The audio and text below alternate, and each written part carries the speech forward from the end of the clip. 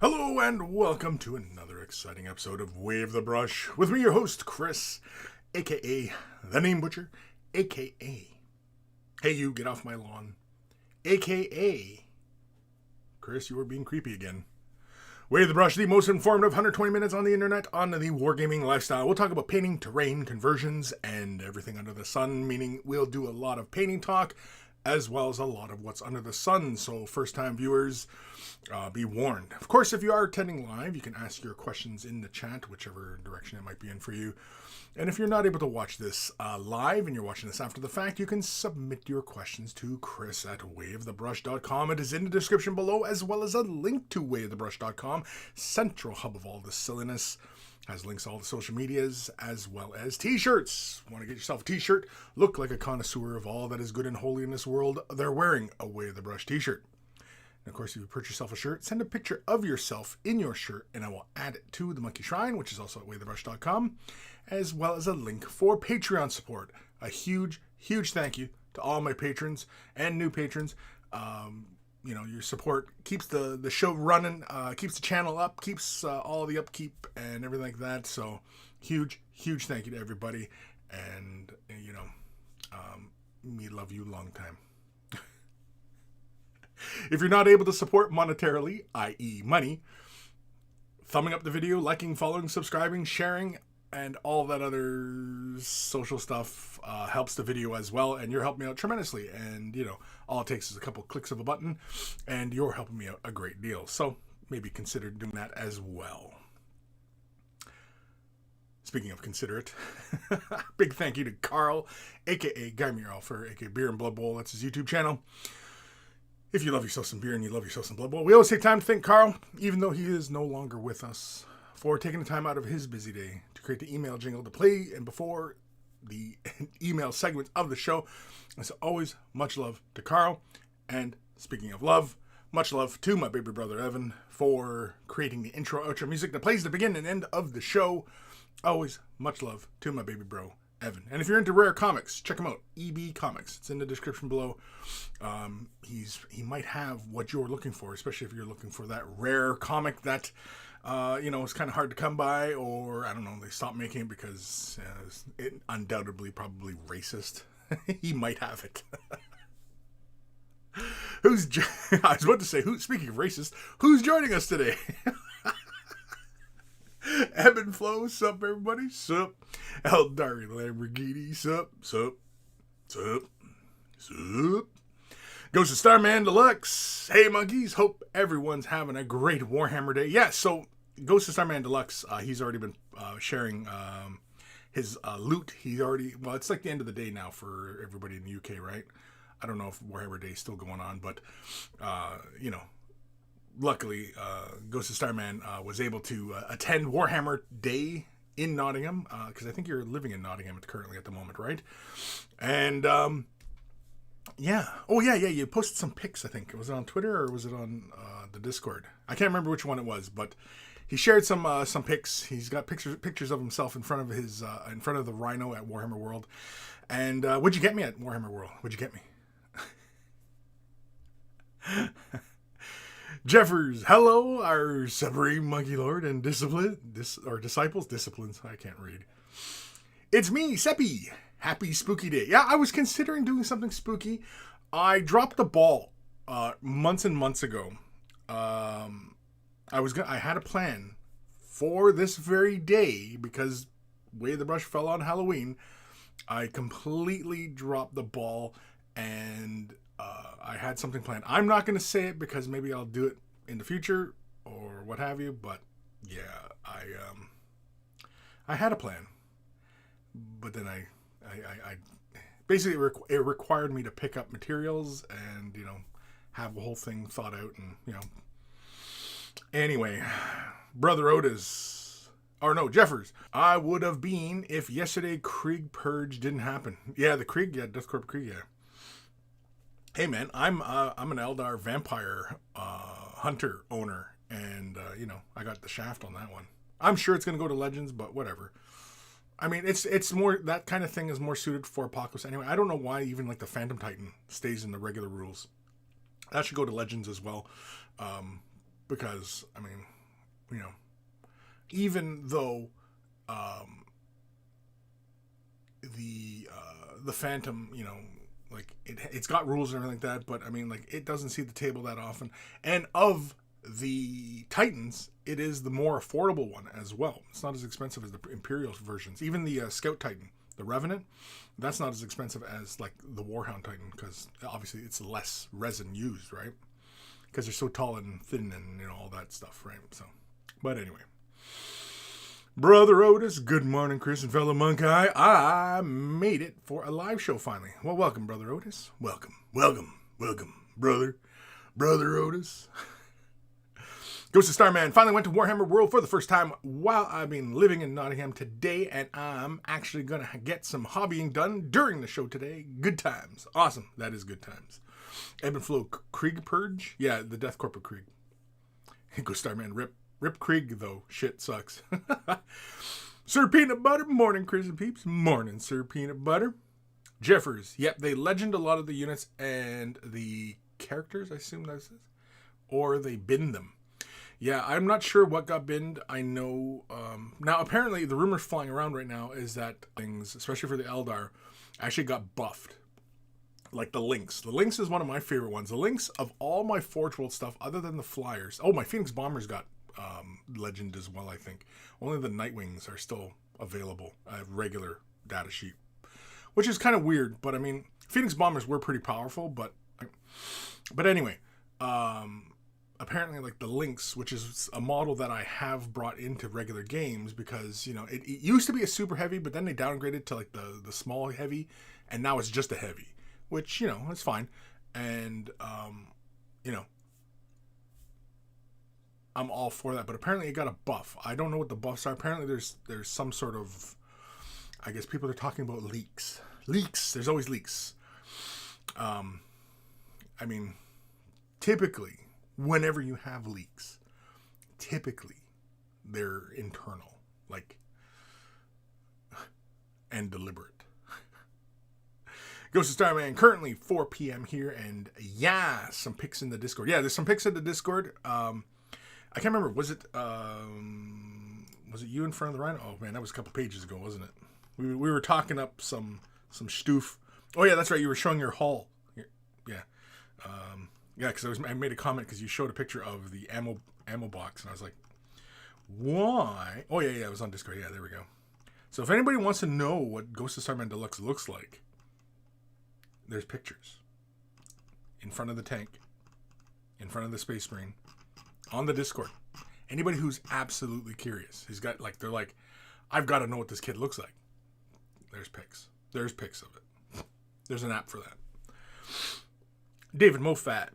Wing face thing. Wing. Oh, that's Uncle Adam's or his wife's cello case or something like that. Yeah.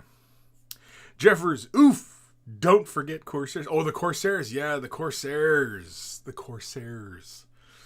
Yeah, that was a little disappointing.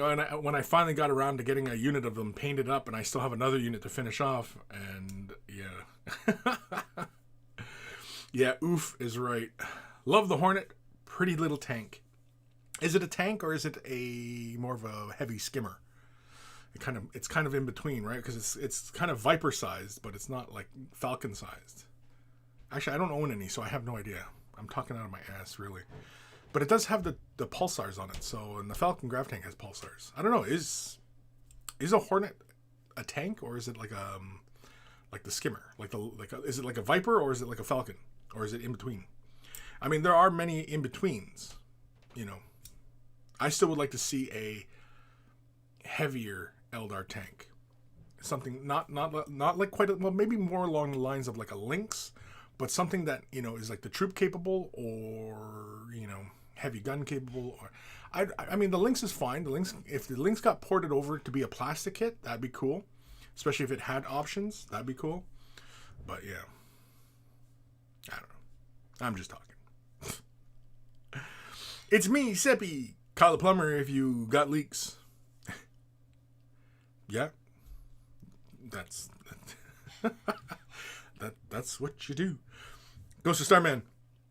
Going to be building some Necron stuff today, as well as putting the invisible ring bearers on their bases. Huh? Invisible? Oh, like just the bases and with the footprints? Is that what you're doing? Yeah? Okay. Ghost Starman. Oh, by the way, in the pics, I have my mask on, so if anyone wants to see my true form, you'll have to wait for a bit longer. Why would we have to wait? You can just post a pic with your... You're standing in front of the tank. You're not going to get COVID from a tank, dude. Wait. Can you get COVID from a tank? I don't know. Can you? Everybody's out there like thinking now. Can you? I don't know. Anyway. I know, that's dumb. Jeffers. It's slightly bigger than a Viper. My mate has one. It's in between a Falcon and a Viper. So yeah, okay, so it's one of those vehicles that's in between. Yeah, because it has the pulsars on it, like the small, like the Falcon Grav Tank has the pulse laser, but you can take two of them, which is really handy because that's a really good gun. I mean, you can equip it with whatever you want, right? And that, of course, its price adjusts when you're taking it with whatever weapon option. Essentially, they're kind of like heavier armored Warwalkers because they have the dual heavy weapon. Although Warwalkers can't take the pulse laser, which by this point, why couldn't they? I think that'd be kind of cool if they could take pulse lasers. That'd be cool. Warwalkers with pulse lasers, especially when I don't know if they still can, but when they can infiltrate or get the fast movement, that'd be kind of fun actually. Again, Eldar are in dire need of an update, but I know I'm beating a dead horse here. A good and dead, proper dead horse. It's me, Seppi. I'm going to be messing around with some chipping effects, but I'm not sure when to varnish, so the undercoat doesn't get chipped too. Will the chipping medium affect the undercoat if it's not varnished, or should I varnish after the undercoat? Well, typically with those chipping mediums, they're often just like a fluid, like alcohol, whatever, and they break away at the surface, and then you can just scrub away. Typically, whenever using those, you should have a varnish between those layers. Typically. Now, I'm not sure what particular chipping fluid you're using, but most techniques, when using either the chipping medium or you're using the salt or you're using a masking or whatever, typically you want to seal. So, for example, you lay down a bunch of browns and oranges to create that, that rusty appearance. And you can apply that in many different ways, right? Then you put a sealant layer down. Then you put your paint layer down, whatever the color is supposed to be, and then use the chipping medium to pull at that layer, and then of course you seal it again. And that's typically how it's done. Of course, you can always fine tune that as you will. Now, when we talk about putting sealant down between layers, you're not laying a heavy amount down. Now, if you have an airbrush, you can lay a very fine, thin layer down. If you're using something like a spray can, the tendency would be to overspray it and create a very thick layer, and then you're just going to end up obscuring details, and you're just not going to be happy with your end result. So I don't know how about you are going about your things, but yeah, if you have an airbrush, there's no issues. But yeah, doing the chipping fluid, yeah, chipping fluid is one way of doing it. Like I said, salt method's another way. Just doing sponging is another way. Hand painting it is another way. What was the other one I was thinking of? Chipping fluid, salt, sponge. There's another way. Come on, what's the other way? Chipping fluid, sponge, salt. Oh, using masking fluid. Just using masking fluid with like a little sponge, and then just sponge where you're going to have it. And then you put your layer down, and then you pull your mask off, and you got the same effect. There's many ways to go about these things, and all of them yield different results. But some yield a better result if your goal is for more realism. If you're doing, say, for example, scale modeling, and you're doing, say, a 1/48 scale tank, which is a fairly good-sized model, using chipping fluid or using the salt method to create the texture of the rust peeling and actually having that bit of depth there, that paint layer depth. That actually is probably the better way to go. But, you know, to each their own, and however process they're comfortable. If you're doing it for like Warhammer models, I mean, it's hard to say what looks realistic on these things because there are many sci-fi fantasy plot things that come into play. Okay, first of all, right, when you have like chipped armor and you can see the metal underneath. Well, they talk about the metal being,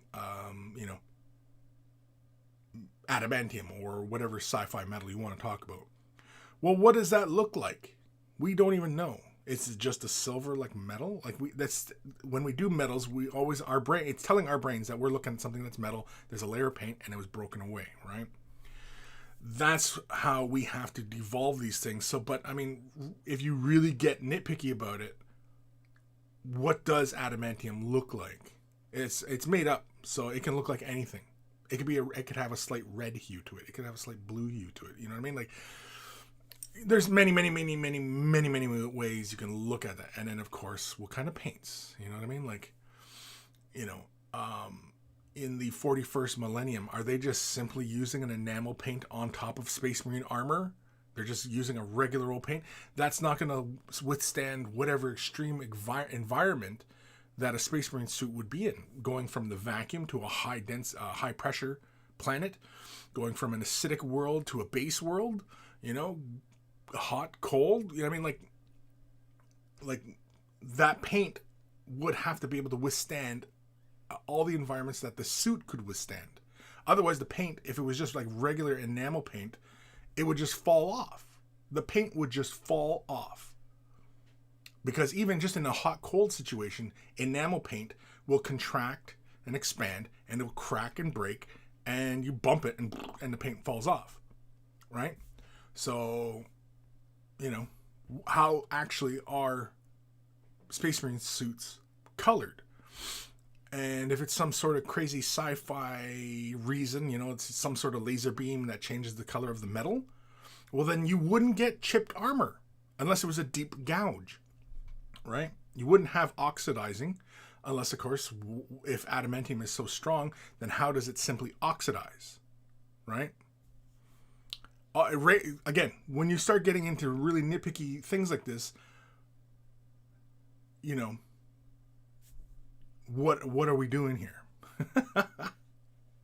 Right? So employing realism into these made up fantasy things, it just doesn't, it just kind of falls apart when you start applying some serious logic to these things.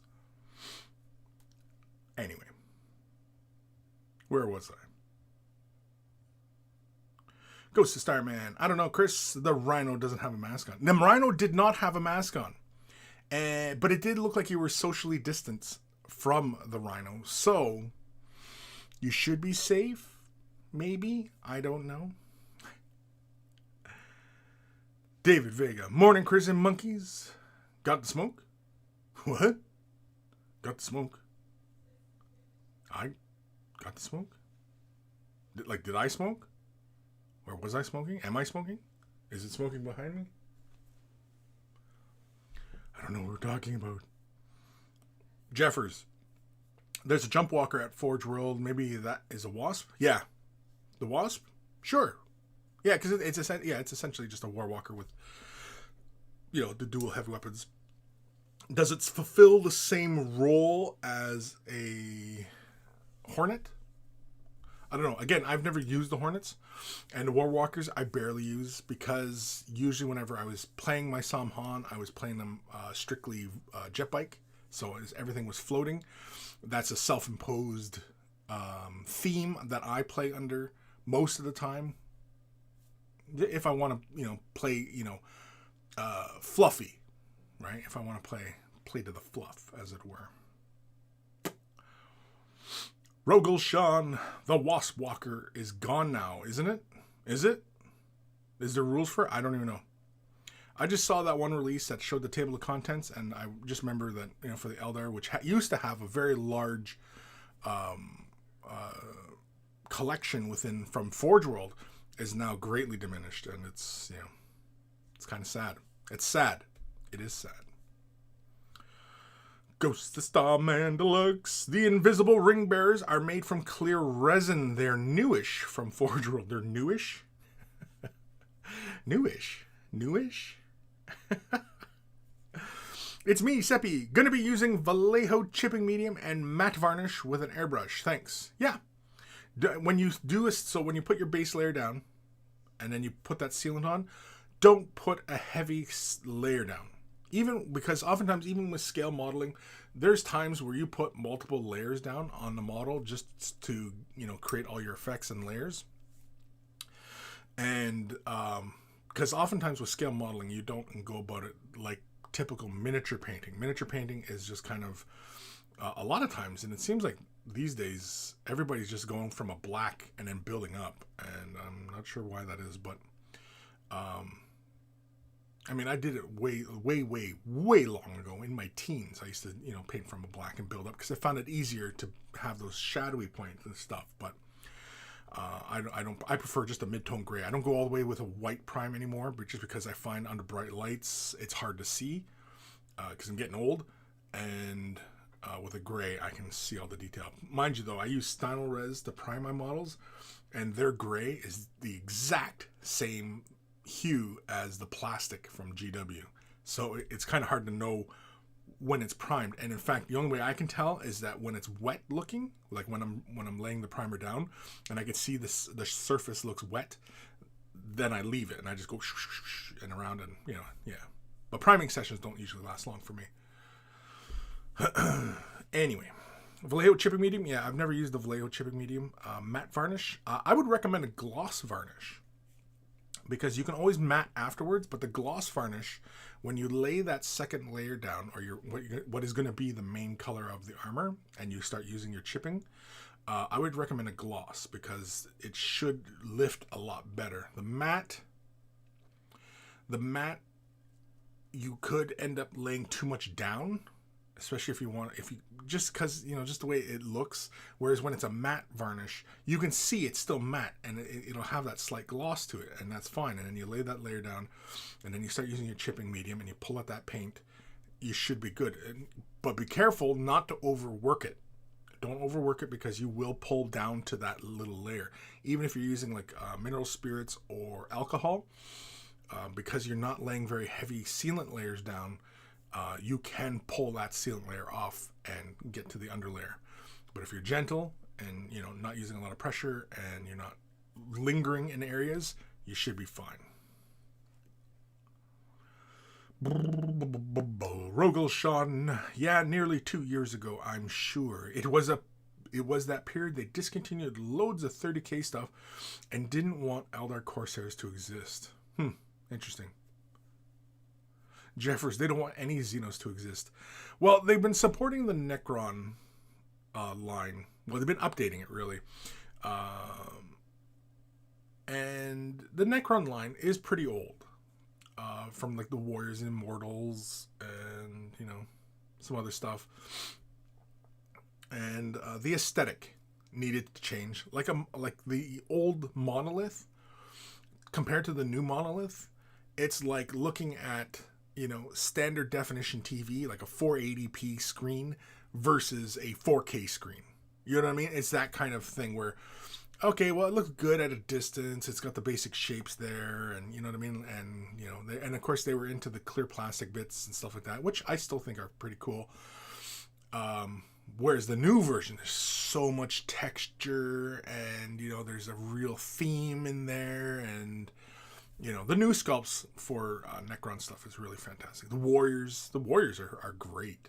There's so many little details in the Warriors, like the wires and broken bits on them, and, all sorts of stuff. And, the new Necrons are really, really great. And, even like Orc stuff, even some of the newer Orc stuff is really cool. All the drag racers and stuff like that, those are really cool. It'd be nice, if they would get around to doing Eldar. I'm not sure if it's deliberate or if it's just something they haven't gotten around to. Because see, the thing is though, is like you run into this really circular type of reasoning that, you know, I don't know if that's what it is, that what is fueling Games Workshop's reluctance is, or are they deliberately pushing 40K to be more like 30K, where everything is just even, right? All the armies are even. Everything basically is just Space Marines, especially with the Dark Imperium stuff, where basically the Imperium is entering a new civil war, essentially, right? And, you know, I don't know, do they just want to have it Space Marines versus Space Marines? Like, I don't know. That'd be really, really, really boring. But yeah, like the idea of the Space Marines sell, so they make more Space Marines because obviously they want to make more money. And so they write rules for Space Marines that, you know, improve their abilities, making them better, because compared to other factions, they've lacked in the past. So then more people spend more on Space Marines, and then of course it becomes a circular thing of, you know, constantly fueling Space Marines. And because some product lines have been neglected for so long that, you know, they see sales drop. Well, nobody likes Eldar because, you know, the nobody's buying them. Well, nobody's buying them because everybody's waiting for that new update. And of course, it took forever for that jet bike to come out. That jet bike was what, damn near 10 years that we got that first initial sculpt of the Eldar jet bike. And when it was finally released, it was damn near exactly what was shown way back when Jess Goodwin at a Games Day had displayed that jet bike. And, you know, it's really kind of crazy, and I'm not sure why they go about these decisions. Now, mind you, I mean, the other thing is that, you know, a lot of people think of Games Workshop as this big, huge, you know, multinational conglomerate of corporations, and you know, there's this big boardroom table and all these people in suits, and you know what I mean, like making these decisions and stuff. And it's not that, you know, it's just a couple people making those decisions, a couple people designing it, you know what I mean? Like, they're not as big as people perceive them to be. But anyway, well, Ghost Starman, you were there today. The building, the two buildings that flank the Warhammer World building. I mean, like, that's it. That's Games Workshop. I mean, did that look like a very big building? Did that look like there was thousands and thousands of people toiling away on models? I think it's just a couple teams, you know, and especially during this whole pandemic, you know, I'd imagine that they probably have to focus on what makes them money, right? I'm sure, just to keep the doors open, right? They have to concentrate on what makes them money. And well, unfortunately, Space Marines make them money, because Space Marines are the poster child for Warhammer 40,000, right?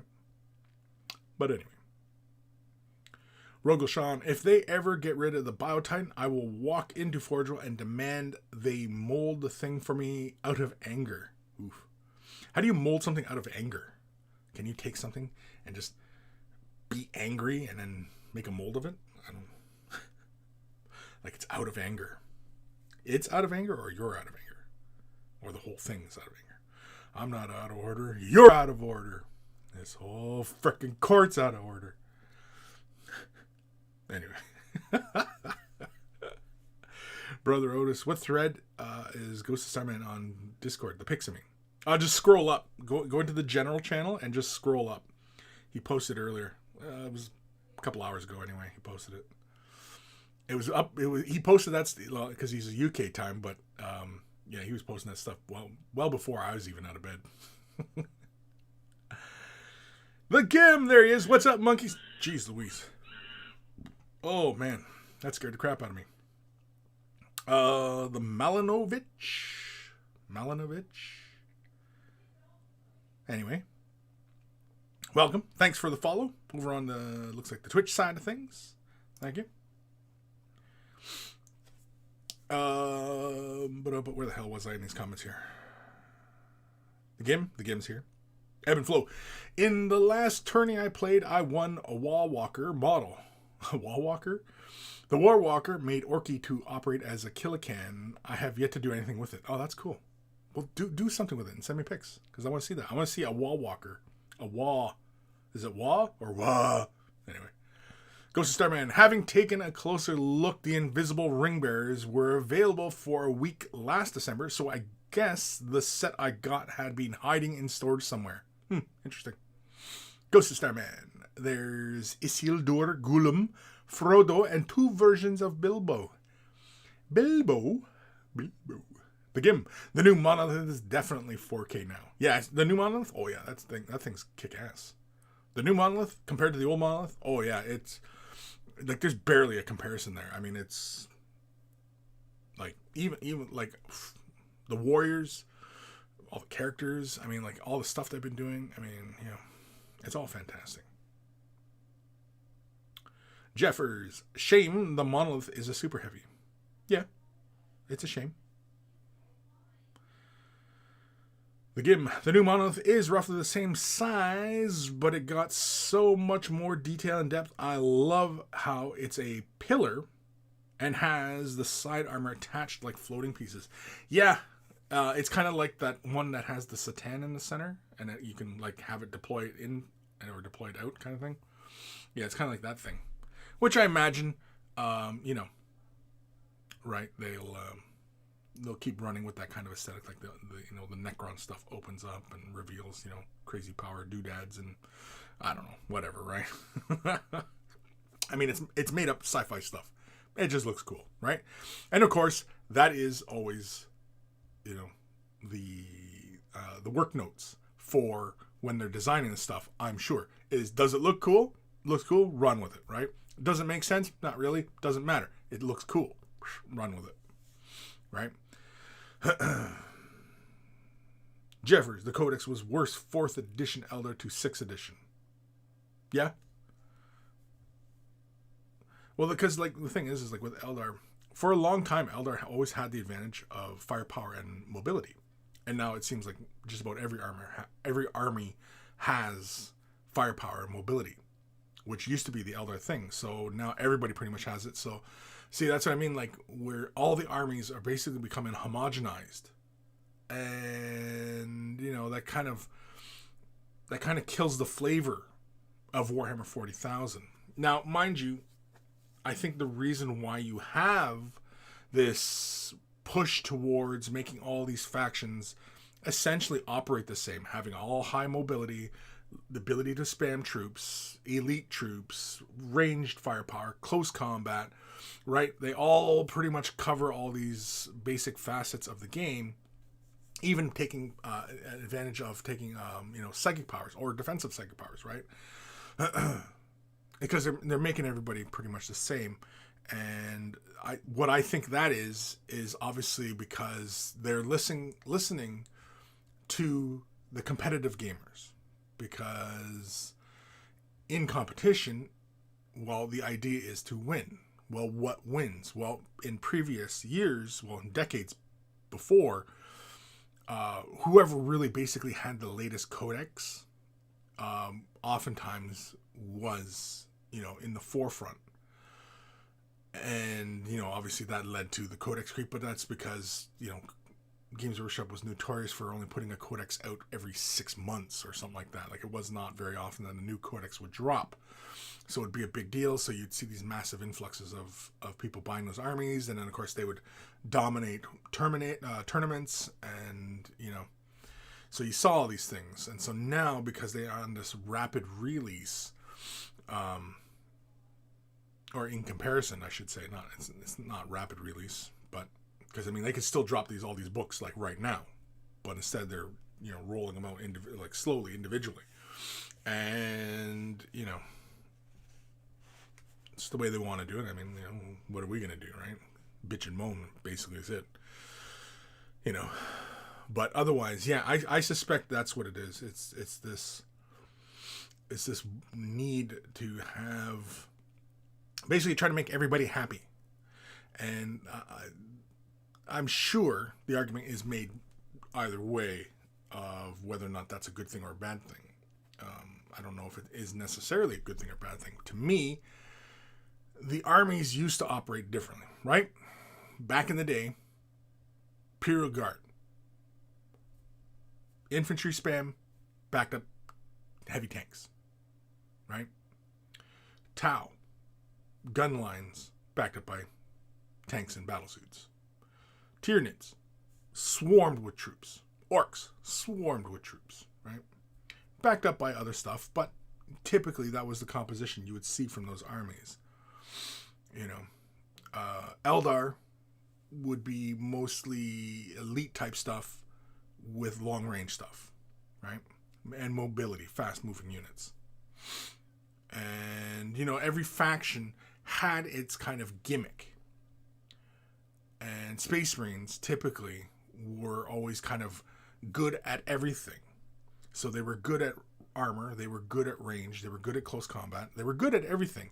Not to the levels of one particular faction who dominated, say, that category, but that's where Space Marines excelled. Now, oftentimes, because of that, Space Marines in games or in tournaments wouldn't do that well, because a lot of times in tournaments,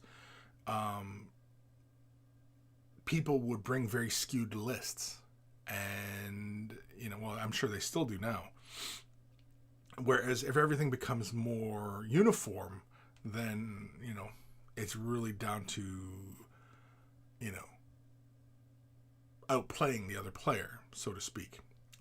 Now, I can get behind that because that makes it more like chess. Chess, you both sides have the same amount of pieces.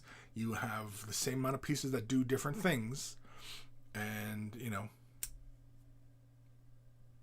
it's kind of like chess. And chess is a very tactical game. But I don't think Warhammer has to be chess. Now, I suppose if it wants to be something that, survives the ages, then, sure, it can have that kind of gameplay.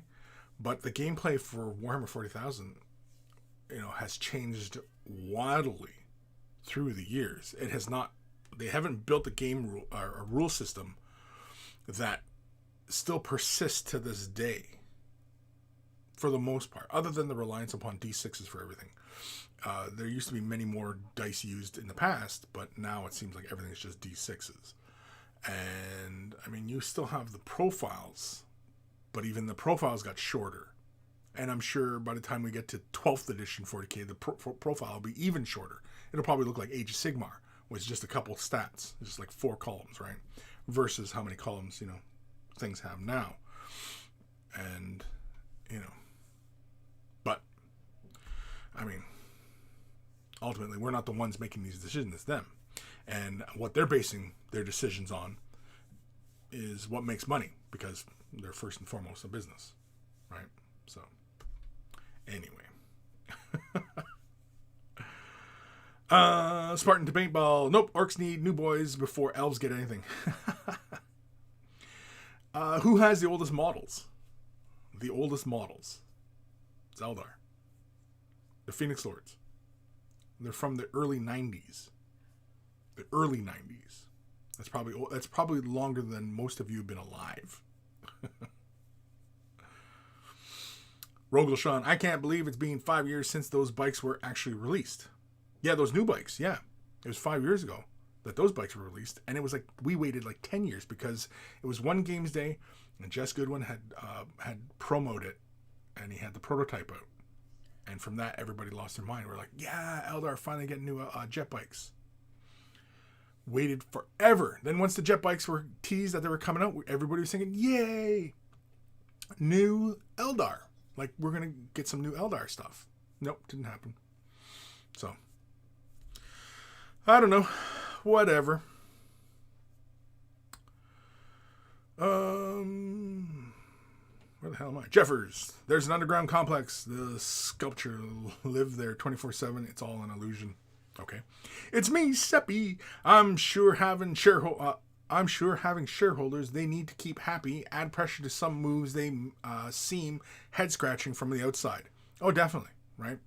Yeah, and having shareholders, but the idea that businesses have to keep their shareholders happy, they're finding now that was wrong then. That's an '80s concept, right? That it's antiquated. It's antiquated, and it ultimately does not help the business when they are motivated purely by shareholder goals. So, who knows? Who knows?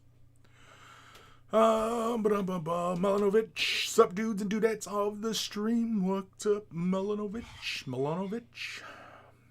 Ghost of Starman Deluxe. The GW buildings surrounding Warhammer World are fairly large, but compared to other big company HQs, they're basically nothing. That said, the Imperial Palace is built on Everest, if I recall, so check there. Yeah, I mean, like, the GW building, I mean, yeah, it's what, like a 5-story building? 4-story? 4 or 5 stories, right? But it's very long. It's narrow, right? It's long. But it's not a very big building. It's more like it's almost like more of an apartment complex kind of size. It's not a huge building. It's not like it's this skyscraper and there's a helicopter pad roof on the roof. I mean, like, it's not that sized, right? So,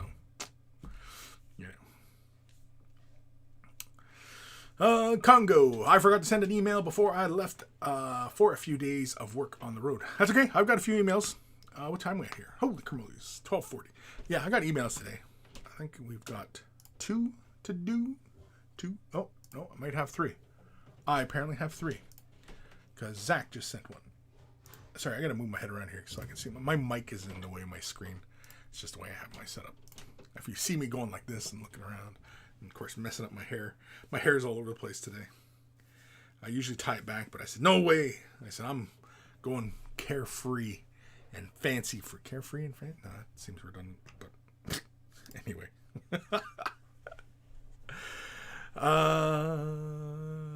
The Gim. Everything is awesome except Eldar. They just need to die. You sound like a crazy person when you constantly go on like that about Eldar. You sound like a crazy person. Like, just an absolute crazy person. Jeffers, Eldar just need love. Alessandro... Oh, shit, I'm not even going to try to pronounce that. Cipriano? Anyway, hey, I want to thank you since you got me into Necrons and 40k Pink Glow for the win. Awesome. Well, I'm glad. When I did the Void Dragon, I was just looking to do something different, and that was my goal when I started doing the Necrons. I had an idea on how I wanted to do the Necrons even before I started doing the new Necrons from Indominus, because basically I was going to paint one of the I was going to paint like the croissant or something in that scheme, and yeah, then also Indominus dropped, and I was like, oh, well, I'll do some Necrons and do what I initially had planned for the croissant. I mean, I still might get around to doing a croissant, but yeah. I keep calling it a croissant. What is it? The hell's that thing called? I can't think of what it's called. No fucks given. GW makes mistakes, but there is not one game, whether it's tabletop, CCGs, or video games, that competitive players can't find ways to exploit rules and abilities. No, that's true. That's very true. Like, there is no perfect game, right? Now, games can become so simplified that, cheating and breaking the rules is difficult. And, where you cheat is outside of that, outside the confines of the game, right? For example, like chess. Chess is, hard to cheat at, but cheating at the game itself. But, manipulating your opponent, making your opponent think other ways. Now, some might argue that that's, part of the game and blah, blah, blah, whatever, right? Some might see it as cheating, kind of just, every time he picks up his piece, you go, your mom, you're trying to throw him off his game, right? You're just being a dick, essentially. So, and of course, Chris's rule is don't be a dick. Maybe next time I play a 40K game, maybe I just have to your mom every time somebody was moving their models. What's the profile on that guy? Your mom. How many D6? What do I need for a D6 to wound this guy? Your mom. Can I see the codex entry for that model? Your mom.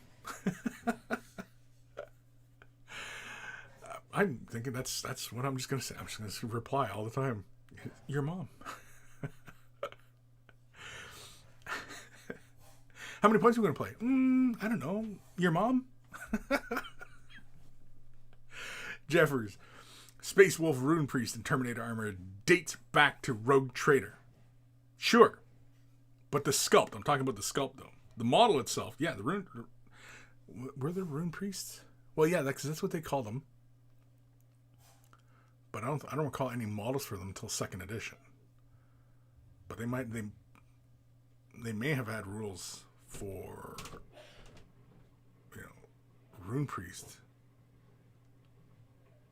I'm trying to think. Was there Rogue Trader Space Wolf stuff? I don't know if they really made those distinctions yet. 2nd edition, they made those, like, near the end of Rogue Trader and entry into 2nd edition is when they start introducing, Space Wolves. And of course, Space Wolves became so popular because they were the first codex. They were the first codex. That's why they're so popular. They were the first codex in 2nd edition. Everybody was playing Space Wolves at that point. Bunch of bandwagoners. The Gim. Eldar need love like the kind of Space Ring gives to the heretic, Xenos, and the demon. Well, which is it? Legion, and still no Autarch on new jet bike. No, see, that's another one. That's because that model, he's on the old jet bike sculpt, right? So, the Phoenix Lords, the man, I'm trying to think, the jet bike, the jet bike was replaced. Oh, the Falcon Grav Tank. Falcon Grav Tank is mid 90s, I believe. The Viper's mid 90s. The Viper and Falcon. Oh man, those were happy days when those things came out, because it's like, wow, Eldar finally gets a tank, and the Falcon Grav Tank came out. I'm trying to think what else, because they've replaced the Wraiths, Wraith Lords, Wraith Guard, Farseer. Farseer's gotten replacement. Farseer on jet bike has finally gotten replacement. Warlock on jet bike. Phoenix Lords. Guardians are mid to late 90s, I believe. Like 97 is when Guardians got replaced, finally. I don't know. I don't have the whole list on whatever the fuck needs a replacement, but anyway. Where the hell am I? The Great Wombat. Speaking of hornets, I saw one of those Asian giant hornets a few weeks ago. Freaking huge. Cool. Raziel. So I started repainting my Imperial Knight's armor in a copper scheme. I don't have metallic copper though, so I used Vallejo Glorious Gold and then airbrushed on Fugan Orange. Pretty good effect. Pics. Send pics. I mean, describing it is nice too, but pics, man, pics. Or post it in the Discord. Pics, man, pics. Always. Because otherwise it just sounds like you're bragging. Congo, but the first 5 Scion Joes are pretty much done. Only like 24 more to go and the vehicle to go. Cool. What are you going to do with the vehicle? Jeez. What are you going to do with the vehicle? Like, what color scheme are you going to go with for the vehicle? Is it going to be like the old Jeep? Like just that camo green and dark gray or whatever? Or are you going to find one of the crazier Joe vehicles and, pick that color scheme? I'm curious. I want to see how this goes. Ghost of Starman, was really awesome to see your take on the Void Dragon on the GW page. Monkeys rise up and all that.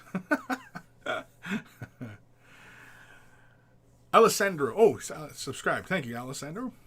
Ghost of Starman, didn't you do a Among Us game or something where you kept going your mom at some kid? Yeah, I was being really toxic in that game. Because I'm really toxic in video games. Like, I'm an asshole. And Yeah. Because, why not? Because it's laughs. And the thing is I started out picking on that kid, and for whatever reason, he took issue with my brother, and he got into it so heavy with my brother that he sabotaged the game that they were both killers or imposters, excuse me. And so, yeah, it was kind of funny. Even though the entire time, every time he asked me something, I always said, your mom. Yeah. Brother Otis, your mom's a smiley girl. Your mom's a smiley girl? I don't know what that means. What's a smiley girl? Is that a term? Is that some sort of term? If I said my mom is a smiley girl, am I insulting my mom? Is that what's happening? And then everybody has a good laugh because I said that? I don't get it. No fucks given. Chapter do you play? I play your mom. Yeah, your mom. So what chapter are you into? Oh, your mom. What Elder Craft World do you play? Oh, your mom. What paints did you use? Oh, your mom. Jeffers. It's still on GW's site under Space Wolves. It was tail end of Rogue Trader. No pun intended. It's on the GW site. It's still on the GW under Space Wolves. Did you? Well, you're gonna have to send me a link. I don't know what you're talking about. You mean like as far as an entry? Because as far as models are concerned, I don't recall any Space Wolf models from Rogue Trader that were like Space Marines as Space Wolves, other than Lehman Russ. There used to be a Lehman Russ model. That's the only one I can think of from Rogue Trader era. The second edition is when all the Space Wolf sculpts came out and everything like that. So, but I mean, I could be wrong, but yeah, I don't recall. No fucks given. Oh, the Warp Spiders were hot as fuck when they came out. I bought them just to paint them. Yeah. Warp Spiders? Oh, yeah. Second edition was the high ground for Warp Spiders when they first came out, because like anybody who was playing Rogue Trader was pretty used to the way Eldar worked. And then, of course, they introduced Warp Spiders in second edition. They were a brand new unit. And it was really, really cool. And, that was their high point. They worked really great in second edition. A little too great, and they were nerfed since then. Third edition and on, Warp Spiders have not been as awesome as they were since second edition. And third edition and second edition were the best time for Eldar. That's really when they were the really embodiment of the Glass Hammer, where they had high mobility and high firepower. Because even in second and first edition, Eldar troops could outrun humans, because humans only moved 4 inches, whereas Eldar were 5 and 6s and 7s. So only Dark Reapers I think moved 3, because it was representing the fact that they're carrying missile launchers and shit, right? So 3 or 4. The squats only moved 3, so yeah, I think it was Dark Reapers were only movement 3. But anyway, yeah. Raziel, Kris, as soon as my coffee is finished brewing, I'll go take pics. Please, please do, please do, please do. The Gim, Kris, I need you to paint my 40k manta, as opposed to the 30k manta. Get me to paint your manta. If you can assemble it, I'll paint it. Sure, I'll paint it. I'm not assembling it, though. You can assemble it. I'll prime it and paint it, sure. But I'm not assembling it. Brother Otis, episode 320. Your mom. Yeah, that's it. Brother Otis, you win. Your mom. You win your mom. Oh, what a dick thing to say. But you know what? I am a dick. And I relish no mustard, just relish the opportunity to be a dick any chance I get, because it puts a smile on my face. It's the kind of guy I am. Brother Otis, a smiley girl was a term made up by Dan Ebnett in Ravenor. A smiley girl is a lady of the night. Yeah, I kind of assumed that. A smiley girl? Sure. I like Dan Ebnett's writing. I've never read Ravenor, though. But yeah, I like Dan Ebnett's writing. He's probably the best Black Library writer. Yeah, I'll go ahead and say it. He's the best. Reziel, joke's on you. My mom's a maiden world. Yours is a crone world. Yeah, that's... Now we're really getting into some nerdiness there. That's how Eldar insult each other. My mom's a maiden world. Yours is a crone world. Brother Otis, just heard Sean Connery passed away at the age of 90. Yeah, I saw that on Twitter this morning. Yeah. Well, happens, man. He's old. I mean, like they said, he passed in his sleep, which is, I mean, that's probably one of the better ways to go, I suppose, right? Just said, good night, honey. And then went to sleep, right?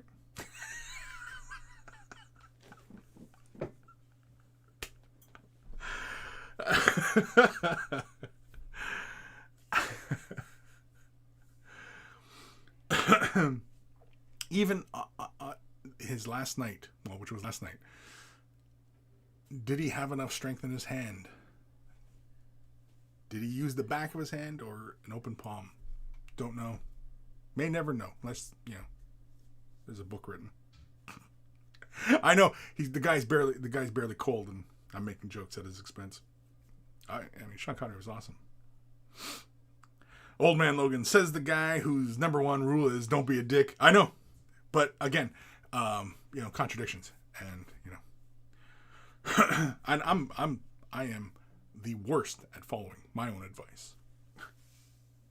I try, and that's usually what ends up happening is that I end up reverting back to the person I used to be. He was really mean, and yeah. But anyway, Ghost Starman, Kris number one rule: don't be a dick. Also, Kris, I'm a dick. That's right. Don't be a dick because I'm a dick. But that's the main reason why you shouldn't be a dick, because I'm a dick. And I mean, look at me. Like, man, I'm an asshole. I mean, do you really want to wind up like me? Like, come on. Brother Otis, in your sleep is definitely the way to go. I mean, you really, like, he I mean, you don't know what his health was like, but, sitting there wasting away from a cancer, I wouldn't wish that on my enemy. I watched my father, car accident, plane accident, any kind of vehicle accident, you know what I mean? Like, that's no fun. There's many ways, getting your nuts caught in a combine, all these ways are just awful waste of time. Going in your sleep, right? At least it sounds like, peaceful, right? We don't know. He could have been gasping for air in the middle of the night, and then, we don't know. It's all speculation. But anyway, yeah. Rip Sean Connery, James Bond. What was his name in Hunt for Red October? Ramius, Captain Ramius. It's me, Seppi. You need to learn the rules in order to break them. There you go. That's right. One of the main things in photography is you got to know the rules of photography in order to break them. Painting is kind of the same way too, but I find more so in photography. You have to know the rules of photography. You have to know how to do all these things properly, because there's a mechanical process, because it's a mechanical device you're using, right? And so there's a mechanical process to everything. Knowing all those rules, how everything works, and then knowing how to break them. And knowing when to break them is the other part. Knowing when to break rules is a big one as well. Ghost of Starman, I got beaten to it. I know, I beat you to it, buddy. Razia, do you ever watch Venture Brothers and see Colonel Gentleman? No, I don't even know what that was. He was their Connery parody. He had a list of Hollywood actresses that needed a smack in the mouth. Yeah, yeah, yeah. Hey, you never know. I mean, honestly, I mean, if he was, I mean, I honestly don't think Connery was the kind of guy to change. He was. I would assume with based on no facts, um, that he was a man of habit and you know just set in his ways. That's the wording, right? And we don't know. They said pass in his sleep, but maybe he smacked his old lady one too many times, and she said, "Oh fuck him, I'm ending him tonight," and put a pillow over him. And he went peaceful in his sleep. Oh yeah, oh okay, all right. You don't know, weren't there. Autopsy won't show shit because it'll just look like you now everybody's gonna be suspecting his wife. Everybody's gonna be like, "Oh, the fucking wife did it." I'm just jumping the jumping the curve essentially, but ahead of the curve of conspiracy theories. Yeah, I think the wife did it. Just like Baskin murdered her husband. That guy ended up in a tiger's belly. Yeah, Connery's old lady. She took one too many smacks, and he said goodnight, honey, and yeah, pillow over the head, and he was out.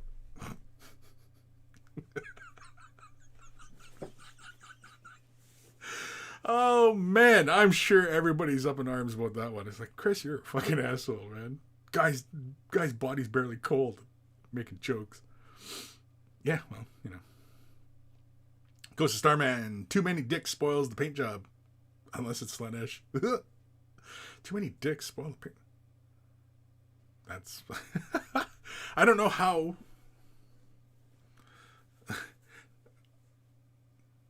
Too many dicks spoil the paint job. Did you recently bump your head? Did you bump your head when you were taking a picture in front of the tank today? Yeah, it's me, Seppi, peacefully in his sleep. Ghost of Starman Deluxe. Sean Connery's wife was not the imposter.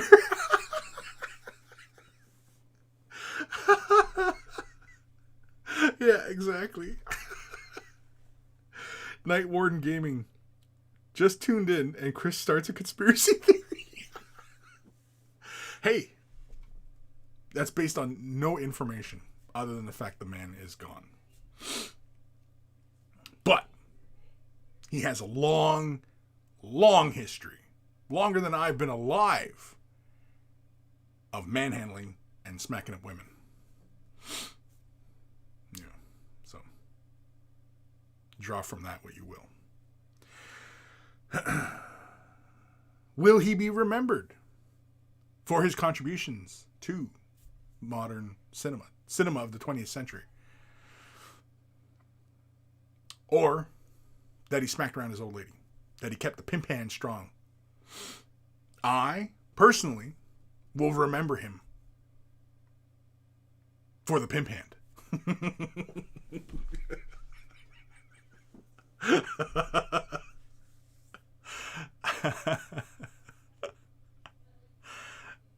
Wasn't there something about he made the comment of not to use the back of your hand, to always use like the front of the hand, something like that?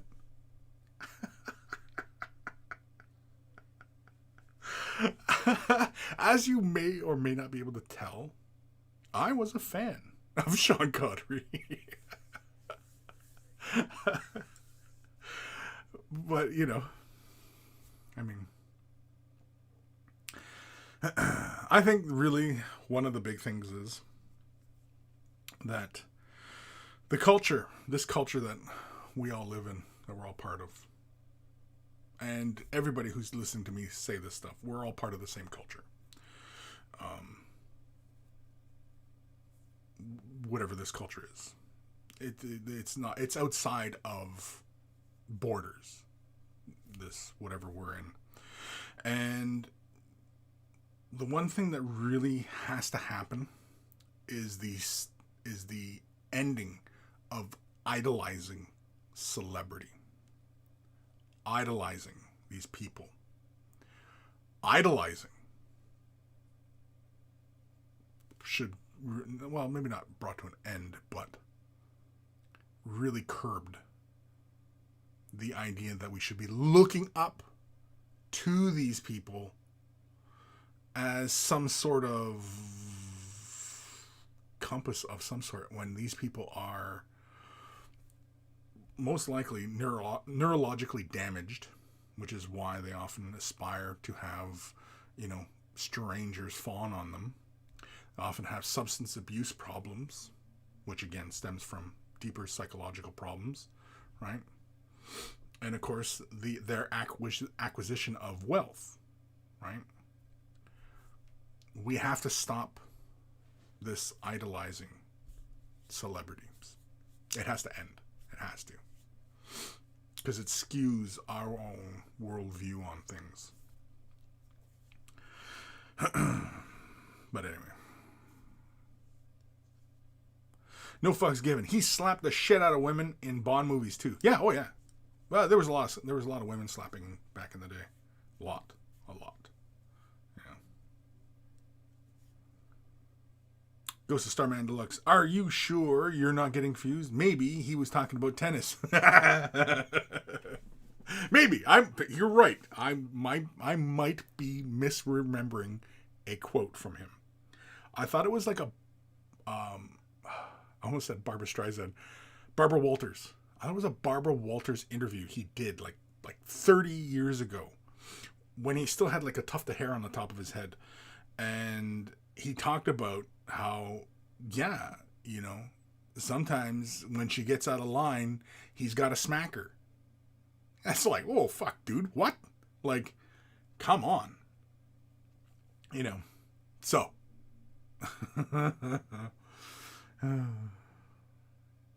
Night Warden Gaming. I will always remember him as the immortal that gets dead twice. That gets dead twice.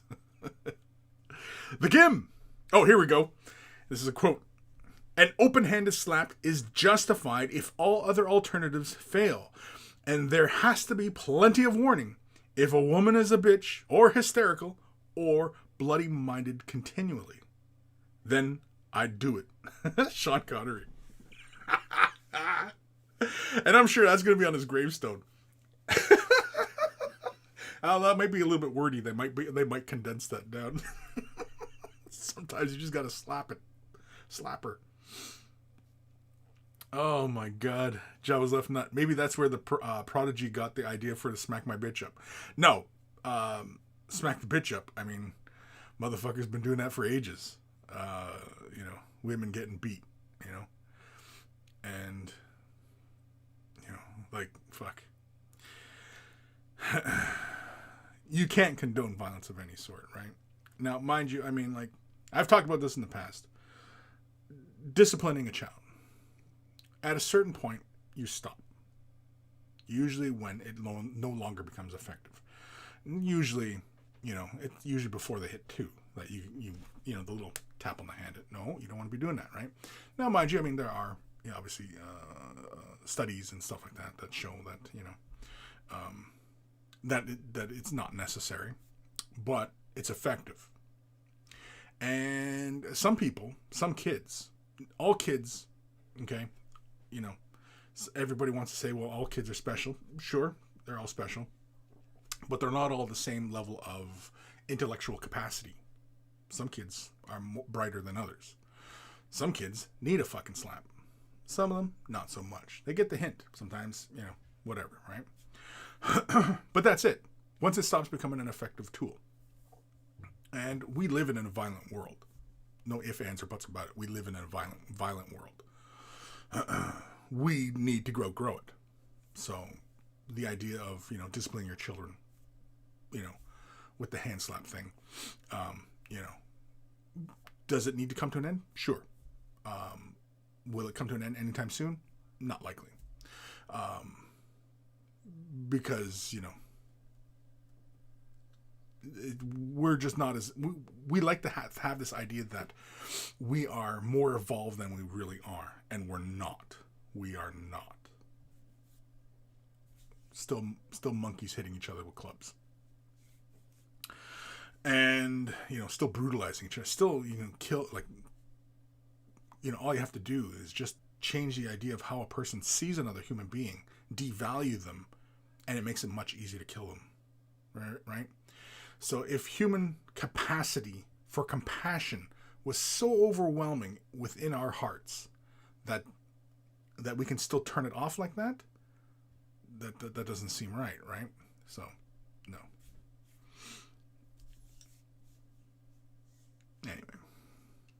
Anyway, my point being is that, this bullshit needs to end, of all forms. Will we get there in 100 years? No. 1,000 years? Maybe. Night Warden Gaming. Yeah, we need to take these people off of their pedestal of how we should aspire to be. Oh, definitely. There's nothing. The athletes, and I watch football, and, I idolize, I see a lot of idolizing of athletes and stuff like that, like they're some sort of moral compass, right? And no, don't be ridiculous. Singers, entertainers, movie stars, even CEOs of companies, and like, all it does is make you chase the fantasy of being rich and famous, which is no way to live. It's no good. I don't know where the hell I am. Zanetos Velkov. I'm sure I've said all that wrong. Walters asked him in another interview years later if he stood by it. He's like, sure, yeah. Oh, he wasn't going to change. He was already an old man by that point. The man just died, and he's 90. And that was like 30 years ago. He was still, 60. When your capacity for change occurs, first of all, the groundwork has to be there for you to want to change and accept change and be intelligent enough to take in new information, process it, and that's an intelligent individual, right? Remember I said children born, some are very dim and some are very bright. Well, yeah, everybody should have equal opportunity, but people obviously, you're dealt the hand you're dealt, and unfortunately, but this whole societal thing of idolizing, celebrity and stuff like that, that's, that leads to all sorts of problems. But anyway, yeah, he obviously did not aspire to evolve, to grow, to change, right? And it is that kind of mindset that you see all over the place. Oh no, I've already made up my mind. No, if your mind cannot change because of new evidence, you're not willing to process new information, then that is a hindrance for you to grow, and that shows a lack of intelligence. Personally, I would view that person to be very dim, somebody who could not process new information and could not incorporate that new information. They would be very dim, and I would treat them as such. I'm sorry, but I would treat them as such. I would not engage, really. I don't engage with many people, really, but anyway, that's a different story. Anyway, the capacity to adopt new information, to grow, evolve, change, that's a sign of intelligence. That's intelligence and rationale.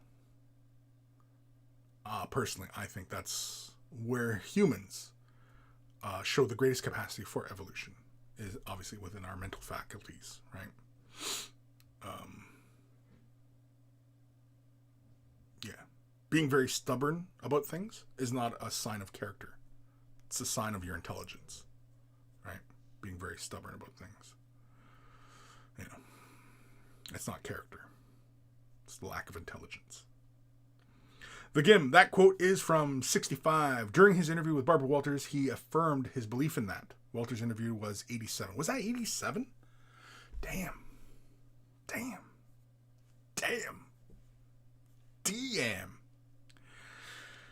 Zanetos Volkov. Very true. The best of us rise above our own effects and allow us to respond appropriately and no further. Yeah, And, it's a very simplified version of that, right? Is obviously, staying within your lane or, don't or live within your means, right?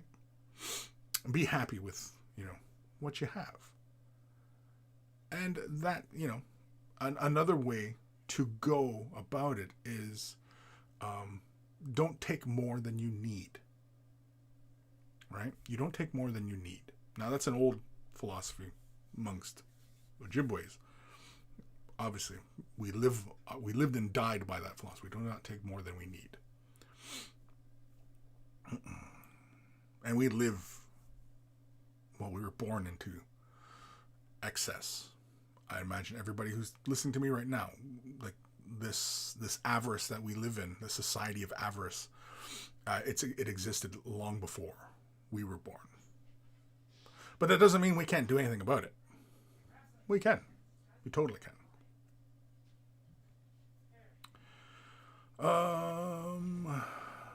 Zenetos Volkov. I'm just going to keep saying it like that. Zenetos? Zenitos? Anyway. Yeah, I was like, what do you mean? Treat them as such. Night Warden Gaming. I like Kris. Walk outside, see people, walk back inside.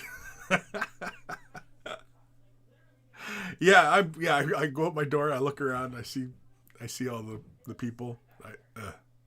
I'm sitting there having my coffee, looking at all the people. No, I'm going back in. Yeah. Again, though, I'm a jerk. I'm an asshole. I'm a dick. So, jerk, asshole, dick. Asshole, jerk, dick? Jerk, dick, asshole? No. I don't know where it's going with any of that. I'm sure we could probably head off into some weird, dark, strange places, but we're not. It's time for an email. If you're wearing headphones, turn them up or down, but here it comes. Email time. Email time.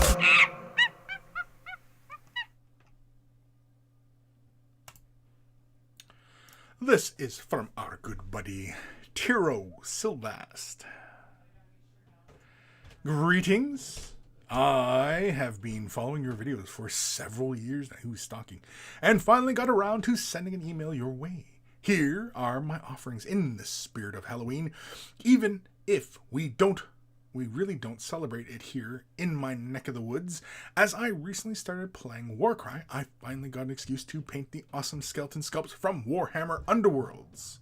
Thank you for the fun and insightful content over the years. It is safe to say it has had immeasurably positive effect on my life, and I am grateful for it. Sincerely, Taro Silvast, aka Porpla. I'm sure I'm saying that wrong because it's got those double dot things above it. I can't remember what the hell those are called. Anyway, yeah, I'm sure I totally butchered that, I'm sure. P.S. Didn't quite meet my deadline for these, so a few work in progress pics included as well. CNC is always welcome. So let's have a look. Ooh, skeletons. So, yeah, there we go. Switch that one. There we go. I like the work on the cloth. I like the little leaves on the base. Those are not sculpted, are they? They're added? Looks like they're added. Almost looks like you created a wood grain on the back of the shield. Interesting. Really nice work on the bone.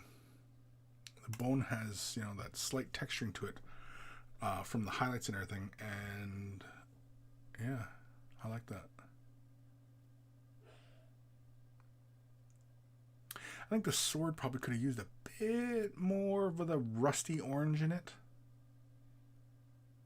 Just a slight. Especially with the fall leaves, and you had that rust, and then of course that strike of blue in there. I think that'd be really cool. Yeah, kind of like how you did his scythe, the blade on his scythe. A little bit more like that on that sword, I think. But otherwise, yeah, those leaves have to be added on. I don't think those are sculpted, right? But I like your work on the metal. I like the cloth. I like the highlighting. The bone is really nice. Level of contrast is good. Oh, yeah. That's really good. Oh, I like you got the little quartered pattern in the shield. Very, very nice touch. I think these look great. I'm kind of curious now, how did you do the leaves? Is that paper dyed and then you used a little punch? Is that how you did your leaves? I want to know, Tarot. I want to know, Tarot. Anyway. Yeah, these guys look really cool. I like them. They look cool. They're a lot of fun.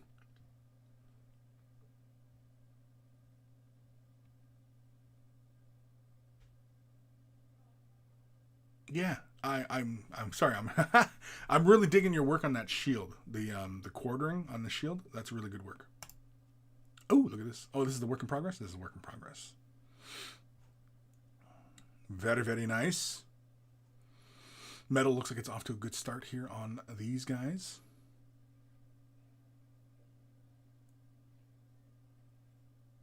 Have you ever tried... could be the next time you're painting these up or something similar. Taking like an orange and brown and mixing it into the silver and using that as your base coat and then build up from there. Adding washes and glazes as need be, and then of course doing your edging of metal or even some streaks across the metal, just to kind of go for a really not natural but a bit more organic look to the rust. And also that way you can preserve some of the metal shininess, is if you mix the color into the metal rather than doing it as a series of successive glazes. Just an idea.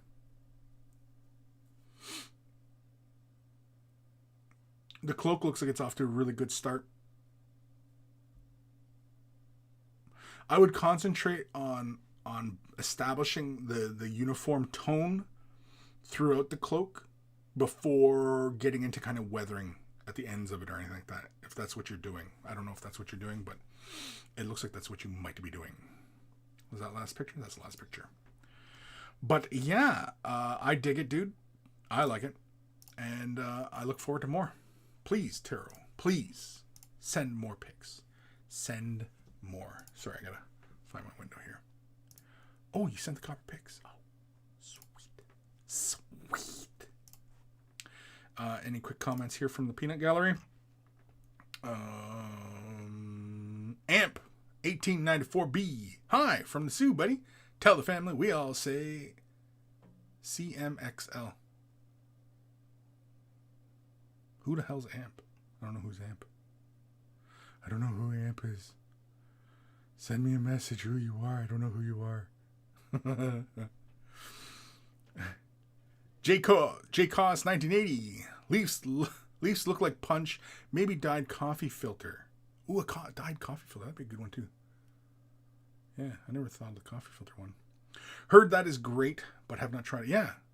Dyed, like, just old coffee filter, let it dry out, and then just punch that out. And then, tinted other tones as well. Yeah. Because I have those little punches. Because I used it on my creature caster when I entered that one in Crystal Brush. And I just had little leaves. But I just used leaves. I used actual legit leaves while they're still green. Punched them out. And of course, when they dried and everything like that, and they took on that brown and orange hues and everything like that, and they just all crumpled up and everything. Look, it was real fun. Anyway. Zanetto's Volkov Bonesy looks good. Got me thinking. Are any of the new GW metallic paints since Indominus any good? Seeing Iron Warriors in a lot of tutorials these days, but hard to tell qualities of silver paint. GW paints, metallics have been, of similar quality to previous versions.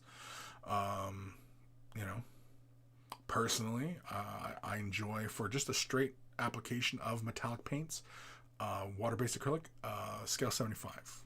It goes on really nice and smooth. It covers really, really well. And it has a nice luster to it when it's on the surface. I've really been enjoying Turbo Dork as well. When we get into the more fun side of things with color shifting and with colored metallics. I've been really enjoying those. But yeah, there's many. Vallejo makes a lot of great metallics. Vallejo Air, even the Vallejo alcohol ones, the alcohol-based ones, they're really good. Oh, Mission Models. Mission Models has a really great metallic I use. Cold Steel, that's a good one. But yeah, but Citadel, it's on par.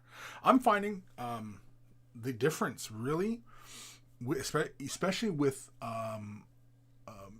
like even Citadel metallics, all these water-based acrylics, that oftentimes when the metallic looks really, really dull and looks like a really kind of a brushed surface, like, like brushed aluminum or brushed steel, you know what I mean? That kind of really hazy looking look to the metallic, although you maybe want more of a shinier metal, it often begins right at the priming, right? And I find that even with Citadel metallics, when they sit on top of a gloss prime, they look fantastic. They're very comparable to everything else. And it really it changed my perception of Citadel metallics, because I have not been a huge fan in years past of Citadel's metallics. But since lately I have been laying it on top of a gloss prime, I've been finding that has changed my perception of metallics. I'm finding that all metallics, they look best on top of a gloss prime. So, just a recommendation for everybody out there. Axel, I'm not a peanut. All right. Amp. Oh, Christian, Marie, Xavier, and Lily. Oh, alrighty. Well, there we go. Oh, CMX. Like that sounded like freaking code, dude. I was like, I'm trying to decipher that shit. I was like, and I'm not smart enough to decipher that code. Yeah. Oh, well. Anyway, dude, welcome. I don't know if you've ever been in here. I don't know if I've ever read that name before, so welcome, dude. Old buddy, Christian, he's a Black Templar collector. And as far as I understand, you're still collecting Black Templar, right? Back Templar. But yeah, very, very cool. Gaming buddy from way back in the day. Well, just friend of the family. I mean, known him since he was a young lad. Ghost of Starman. We're not the Peanut Gallery. We're the Penis Gallery. Jeez, Chris. The Penis Gallery. Jeez Louise. Christian, Jesus, H. You're not watching this with the family, are you? Good God, man.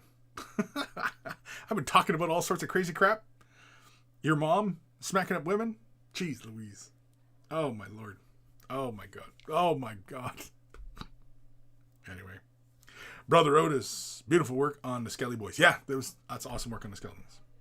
The Gim, my Battletech Kickstarter just arrived. Wife is on the warpath. Why, did it come in a great big box? It's me, Seppi. Time for hobby shop run. Bye-bye, money. Yeah.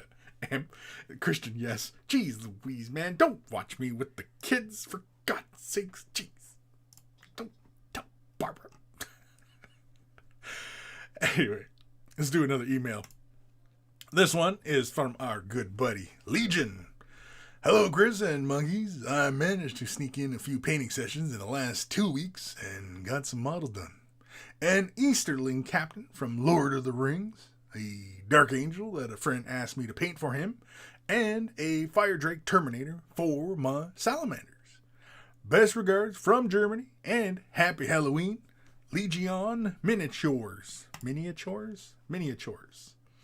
Let me adjust my window here. There we go. Very nice work on the Terminator. It's consistent with how he's been working on these guys. I really dig it. I like the combination of the smooth green with that work he does on the gold, like the antique-y kind of gold look. Yeah. I dig it. Oi. We zoomed right in for this guy. You painted his eyeball. Nice work. I don't even know if I would have bothered with that eyeball, honestly. If I'm being honest, which I always try to be honest. Try being the word here. He's like waving hi, I guess, as you do in Lord of the Rings. It's like, hi. Hi. Hello. What time does the bus go by? Are you doing a bit of like a non-metallic metal on the gold? Interesting.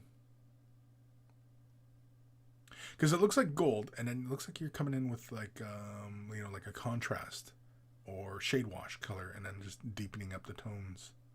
Very, very interesting. Very, very cool. Holy carmolies, we're getting right up close in these pictures here. Nice work on the purity seal and the scrolls. Man, we are close up on some of these pictures. Ooh, nice work on that knee pad. I like that. I like that. I like it highlighting on the green. It's very nice. He's dual wielding plasma pistols. Now, this is unrelated, but kind of related because we're looking at plasma pistols. Guy dual wielding, and of course he drilled out the barrels. Good job. That gets bonus marks from me. We on Discord this morning we were talking about plasma pistols or plasma weapons, right? And because Ghost of Starman when he went to Warhammer Day today, he got an ammo container and it says plasma ammo on the box, like on the Now I realize it's fictional. This is all fictional shit. Legion, good work by the way. Awesome stuff. Thank you for sending that in. I don't have any critiques for it other than it looks good. No, it's consistent with what you've been doing, and I like it. It's good stuff. So anyway, we were talking about the plasma pistol thing, or plasma weaponry, and the ammo box. It seems kind of dangerous to have a metal box with the containers, I guess, the ammo for plasma. And of course it got raised that because I had questioned what is the fuel source for plasma weaponry, right? What is the fuel source? And of course if it is largely electrical based, well then it would need to be chemical.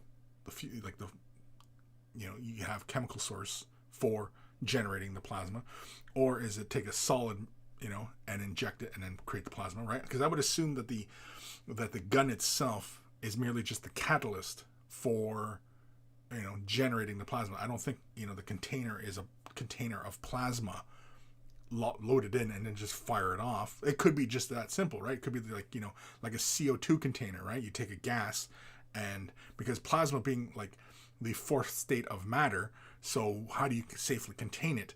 Do you contain the matter itself as ammo, or do you combine it within the weapon itself and then fire the plasma ball, as it were, right? So yeah, so it raises a bunch of questions. And of course he mentioned that somewhere, I guess it mentions that plasma is hydrogen based, which raises another question. Well, if plasma is hydrogen based, why isn't plasma the most common weapon in the human arsenal? If plasma is if hydrogen is the fuel for plasma reactions, because hydrogen is throughout the universe, it's abundant. So if we were using that and weaponizing it, which sounds like a human thing to do, why aren't all weapons plasma based rather than propellant based like a bolter, or energy based like a laser, right? Plasma based. Something to gnaw on for some of you out there. Has anybody got any good ideas on that one? Why isn't plasma based if in fact the fuel, because he mentioned that it mentions it somewhere that hydrogen is what is used to make the reaction for plasma weapons. Jeez, the wheeze. That scared the shit out of me. Thermicus subscribe with Prime. Thank you, Thermicus. That little splat just showed up for a second. It didn't really Didn't stay long. I don't know why. I don't know why it didn't stay long. The splat. We didn't get a chance to rub it in. See, I don't know why you're watching the show with your kids. Like, why? Why would you watch this with your kids? I don't understand. That's the work of crazy people. Why would you do that? Why?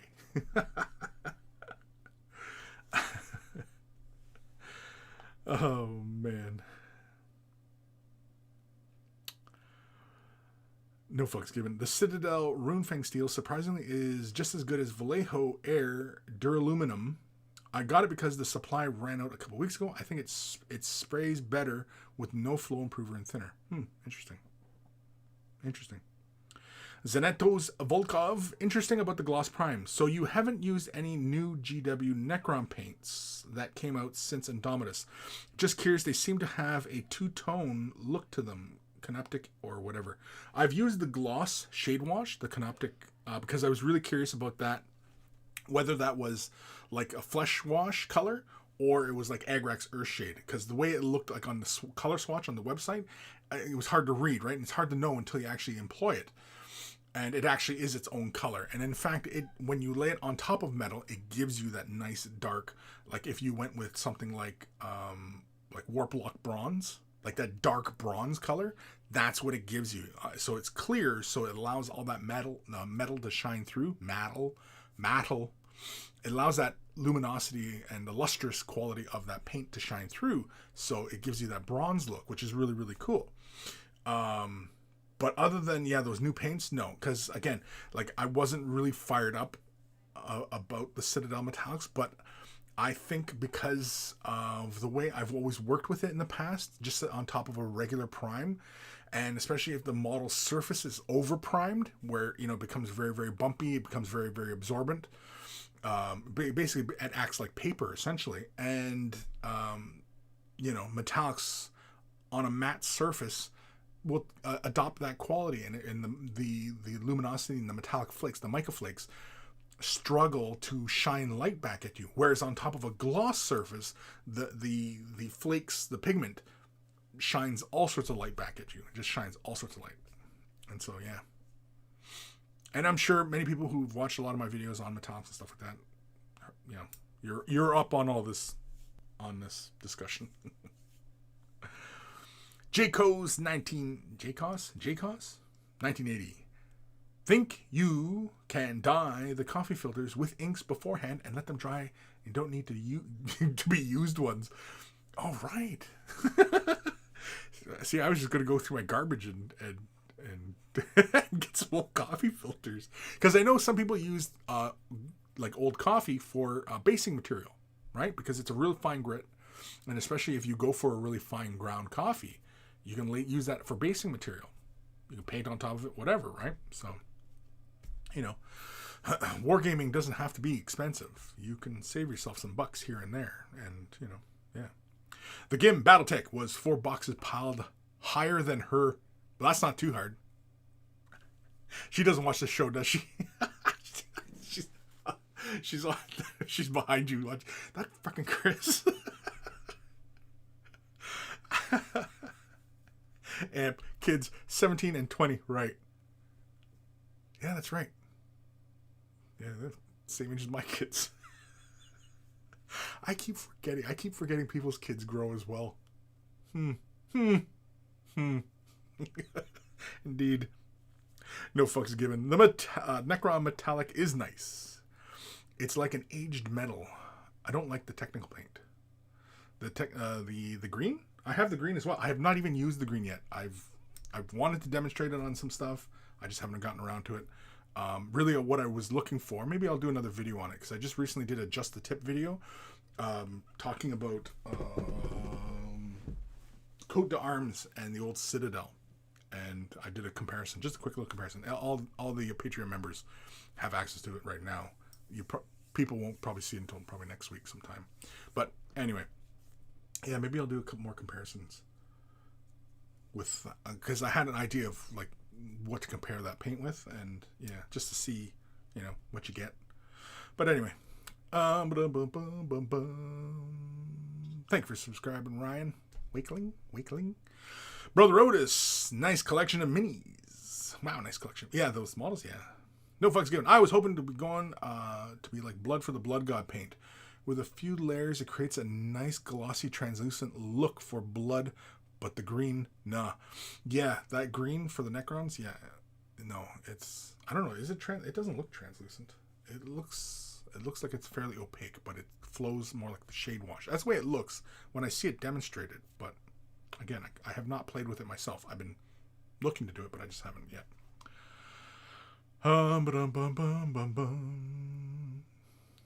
Zenetos Volkov. I'll just say Volkov. That's easier for me to say. I don't even know if I'm saying that right. But plasma is deadly to the user. I guess. Right?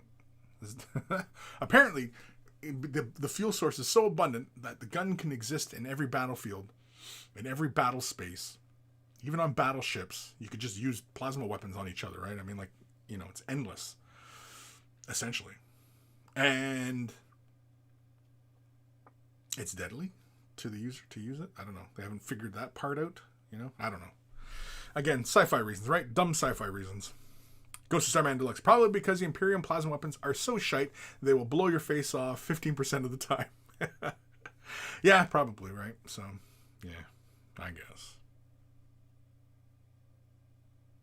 Amp. They're not here. Haha, they're in the dungeons. Sheesh, have some faith. Oh, thank God. Thank God. Thank God. Not sitting there with your kids, the whole family. Everybody sitting around eating popcorn and stuff. And then here I am. He likes to smack up old ladies. And got to keep the pimp hand strong.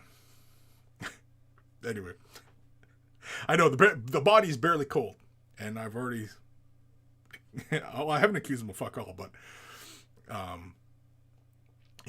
because it's well established that he was perfectly okay with smacking his old lady around. And I'm pretty sure the first wife left him because of it. Pretty sure. Not 100%. But going by the information I was given. Thermicus, take my prime sub, you beautiful bastard. Well, thank you, Thermicus. Thank you.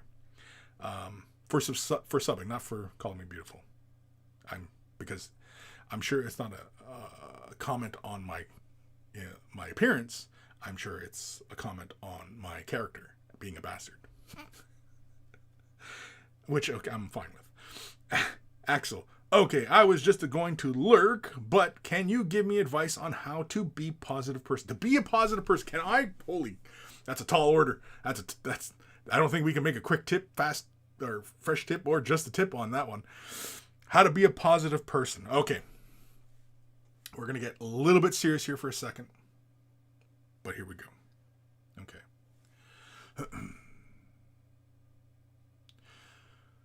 I'm generally not a positive person.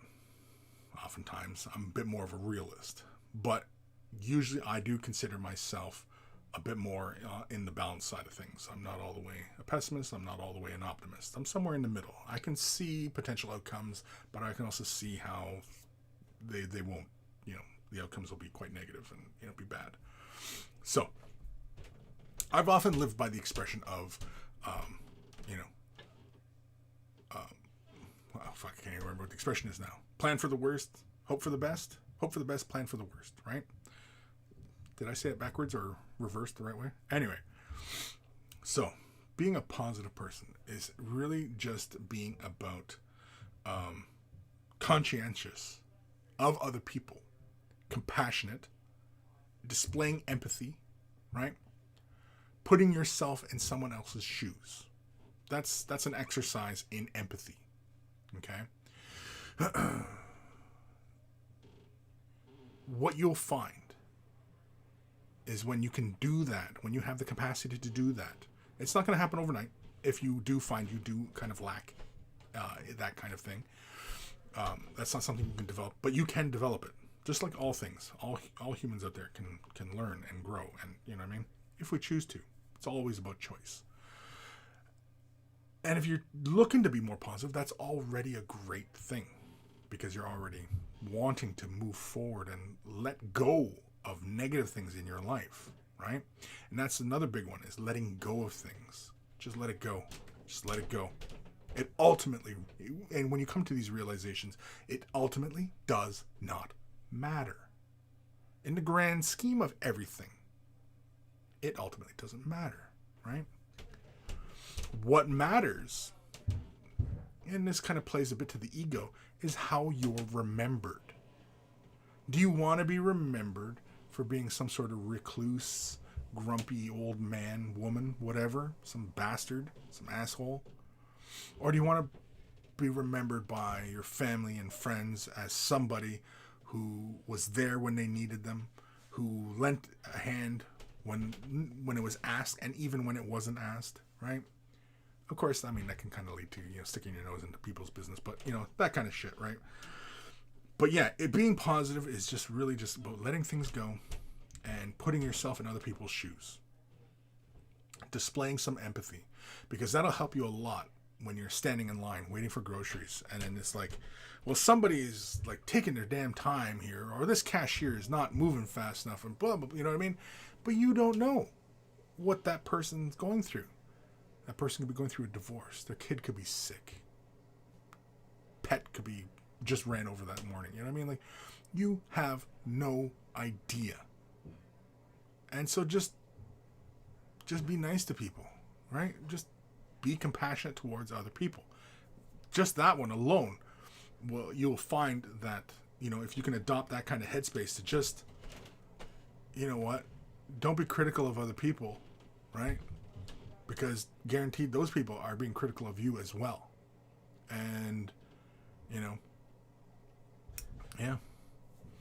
But that's a hard one. How to be a positive person. I don't know. Because me personally, for the most part, I'm not a positive person. Again, like I said, I consider myself more of like, if we're thinking of it like a thermometer, I'm more zero. Or at least I like to think of myself as more zero than optimist or pessimist. Right? So, yeah. But, yeah, that's the big one though. Is letting things go and, more empathy in your life. This whole pandemic, I said this at the beginning of the pandemic, that this is going to be a lesson for humanity in compassion, because it requires compassion to take this pandemic seriously. And,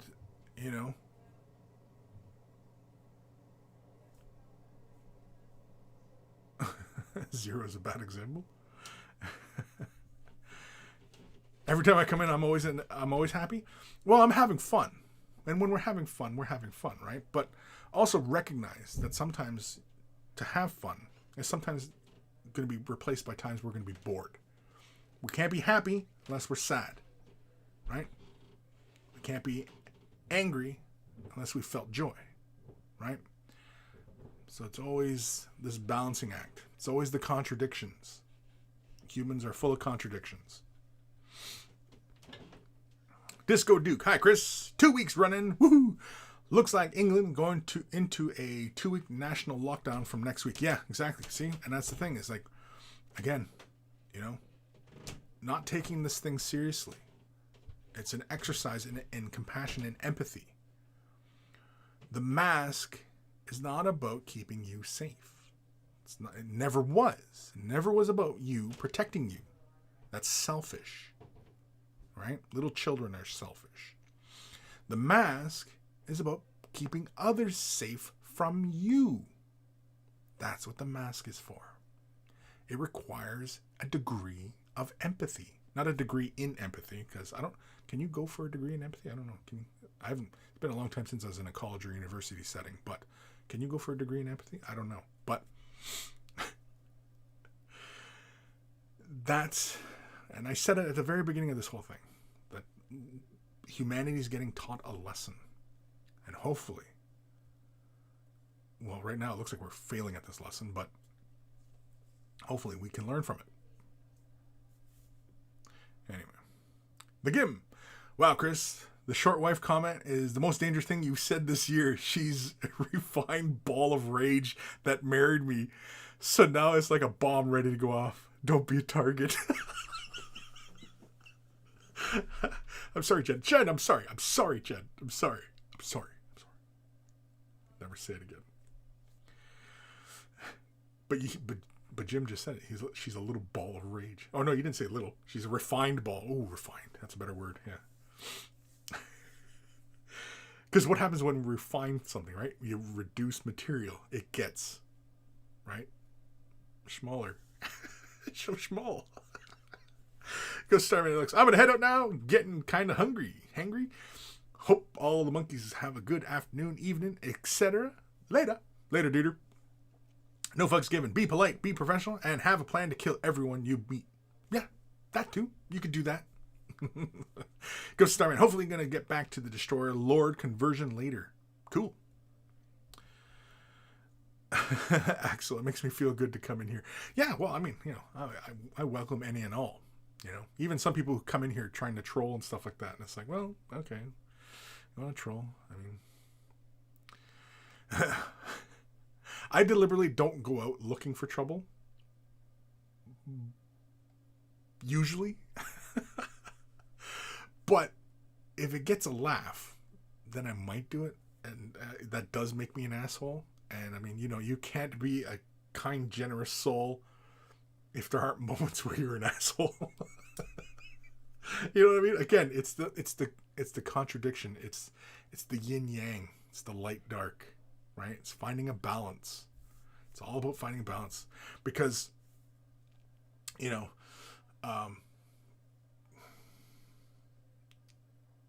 the whole idea of good and bad, those are made up concepts. Humans made that up. Humans made up good and bad. And, you know, the idea of people being entirely good, well, then that would mean that there's people entirely bad. And that does not exist in nature. People are just people. People just want to live their lives, right? They just want to raise their kids, have a meal, roof over their head, live within peace, you know, have some laughs, right? The entire planet. There's no people on this planet who are evil, right? Now, governments and propaganda will often portray others as such, but as humans become more empathetic and compassionate towards each other, which is a sign of enlightenment, really,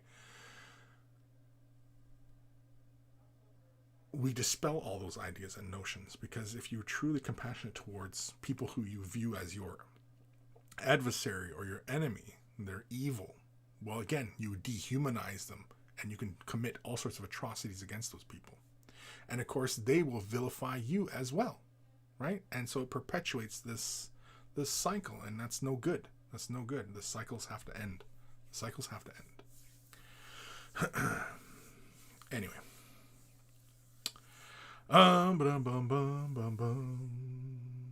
Nightward Gaming. I try to be positive most of the time, but this year it makes it hard. Yeah, it does. But, I mean, trying to be positive, trying to adopt a new mindset, trying to reinvent yourself, evolve, change, grow, right? All these things, it all starts within your own home, right? Starts within you and how you treat others. And others start to change how they treat you. And then those closest to you change. And then they change, those closest to them, right? It's kind of like that tell 7 friends kind of thing, right? Tell 7 people, they tell 7 people, they tell 7, you know what I mean? It grows exponentially. And if we all start adopting that kind of mindset, then it would expand exponentially. And, you know, somewhere once they said we live in exponential times. Everything's developing and everything's changing exponentially, right? I can't remember what the hell that was. It was in reference to something. I think it was in reference to computing, but yeah. Anyway. Rogel Sean, there needs to be a degree in empathy because there are so many selfish arseholes out there. Yes, definitely. But, I mean, you know, you can't just tell somebody, well, you got to be this way, you got to be that way, because they'll just resist. That's not how you get people to change. Actions speak louder than words. So, use your actions. When somebody's being in your face about something, don't respond in kind. You know, do something else. Do something positive. Walk away. Let it go. If they say something, they use a hurtful word, insult you, insult your honor, right? You could react. I wouldn't blame you for reacting, but you could also try and, you know, let it go. you ultimately will be more happier. And also bearing in mind that oftentimes when people lash out at others like that irrationally or, for little reason, they're often very childish. They're often dealing with their own internal pain, right? And so you might want to look at them with a bit more compassion. So, well, do you need a hug? Whenever you've seen trolls in here, have you ever noticed I often will say, do you need a hug? That's why, because they're often hurt. They're often hurt individuals, and they lash out at others. Like children. And treat them like children. I treat a lot of people like children. I'm sorry, but I do. I treat a lot of people like children. But I often see very childish behavior. And yeah, I don't know. I realize that sometimes some people they realize that I am treating them like a child and will lash out even more. And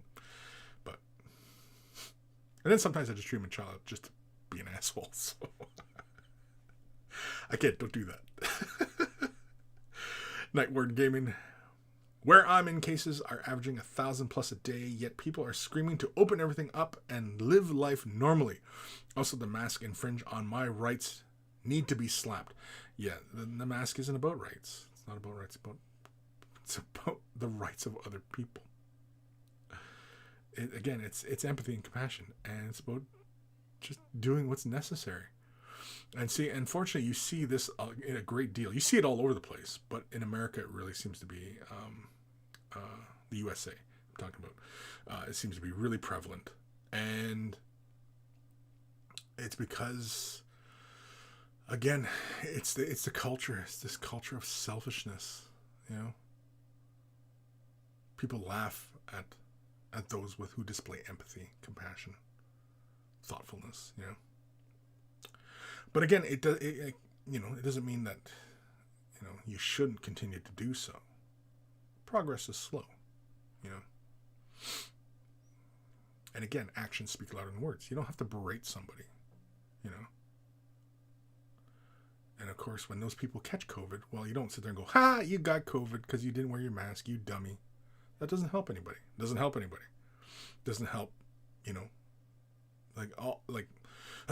the other thing that we find a lot of in this day and age right now, all over the place, is everybody wants to be right? Everybody wants to be right. I'm not sure why that is, where that came from, even since I was a kid, everybody wants to be right. I don't know. Anyway, Axel, I was a troll back when I was a kid.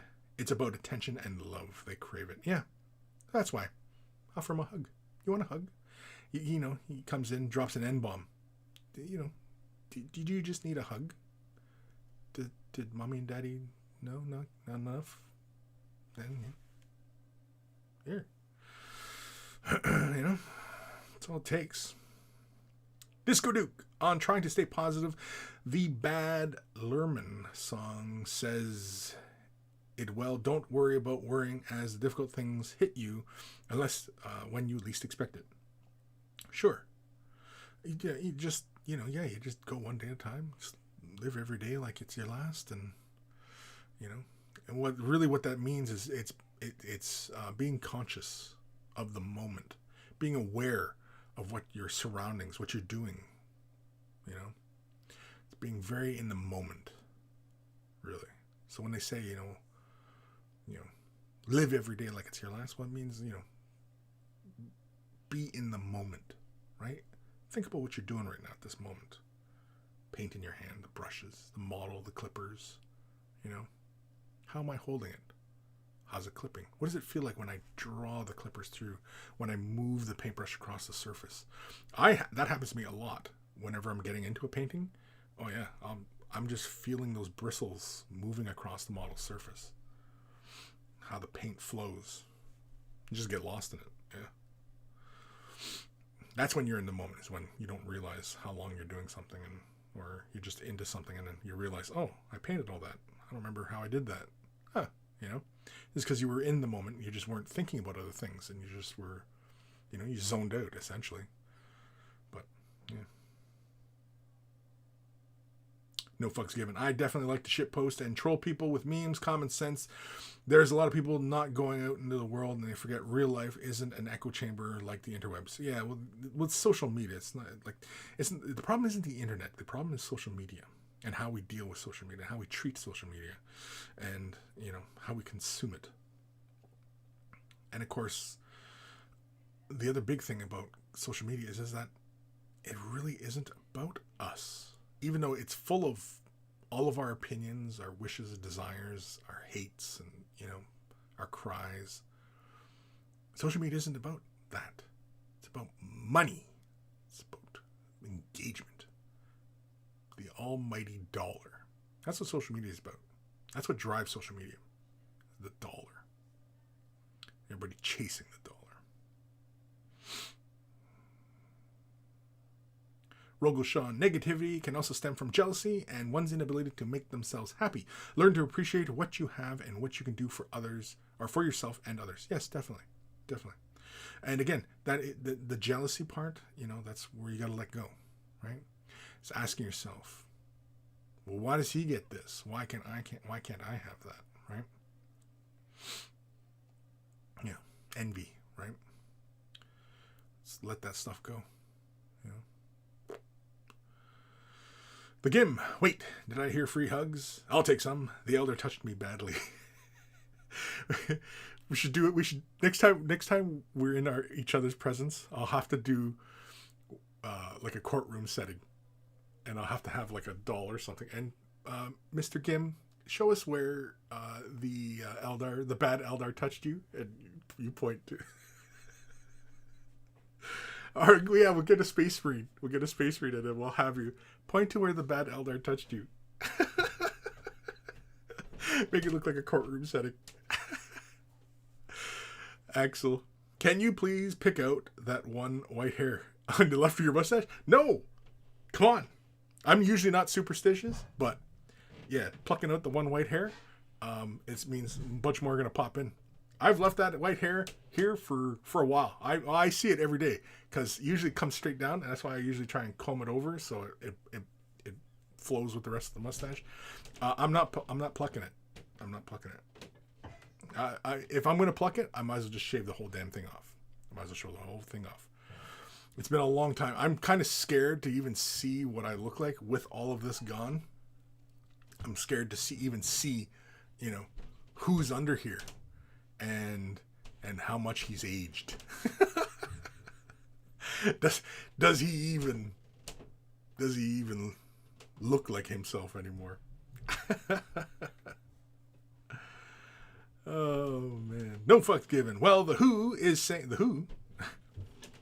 saying mask wearing is negligible. Most people aren't using the correct type, and lockdowns are worse for us.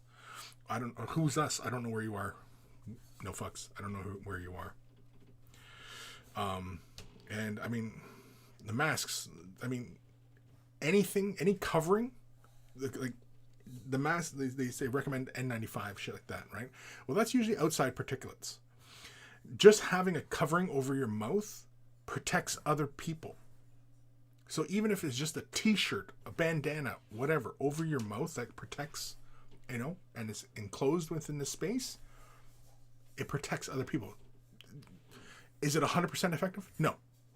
But I mean, wearing the mask, maintaining social distancing, going out only when you have to, don't be in large groups, right? These are relatively easy things to do. Doesn't mean your life ends. Just means that just no large groups. But the idea of the mask is not that it's protecting you from droplets and stuff flying in the air. It's so that if you potentially have it, you cough into your mask, it doesn't go flying into the air and infect other people. So if everybody's wearing a mask, that means there are no random particulates or very little random particulates flying through the air. And as long as you maintain 6 feet, right, you're reducing that distance you're reducing your chances even further.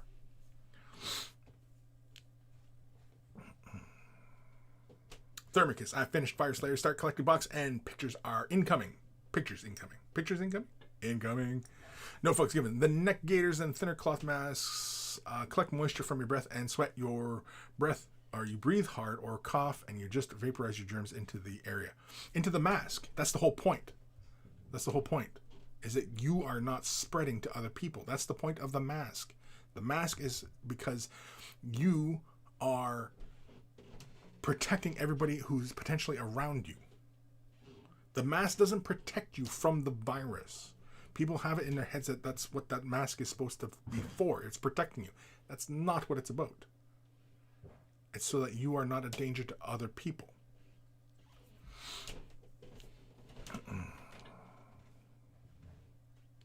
Axel, social media is no good. No, it's not. No fucks given. Vitamin D, physical fitness, and interaction is the best way to combat a novel virus like COVID-19. Heart disease, flu, pneumonia deaths basically represent what COVID has done in the U.S. No. In the U.S., you're well over 200-some thousand deaths. It is not the flu. Now, having heart disease, diabetes, pneumonia, all these things in the past, stuff like that, bronchitis, make you very susceptible. And even people who have recovered from COVID have lasting effects because apparently this stuff, the COVID virus, it creates clots in the lungs, in the bloodstream, and some people are getting clots in the brain and shit like that. It's like, even if you survive it, it's the odds are pretty good. Yes, people at high risk are the ones where it's quite deadly to them. That's the elderly, and that's the ones with the conditions. I don't remember what the whole entire list is. I know diabetes was, because I was like, oh fuck, I got to watch out, right? Because I'm a diabetic, which is why I don't fuck around with this shit. But that's all it takes. That's all it takes. It doesn't matter how healthy you are. Again, that is selfish thinking. Well, I'm healthy. I work out. I eat all my vitamins. It's not about you. It's not about you. It's not about how healthy you are. Wear the fucking mask, because you're protecting others from you. That's the problem. That's the problem. Axel, okay, fine.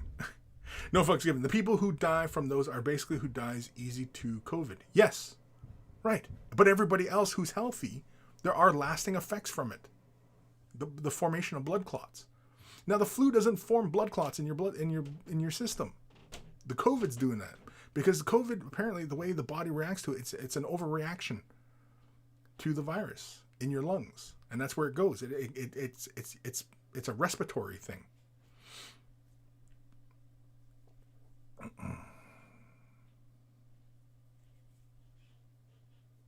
Axel, beard and mustache does change your appearance, though.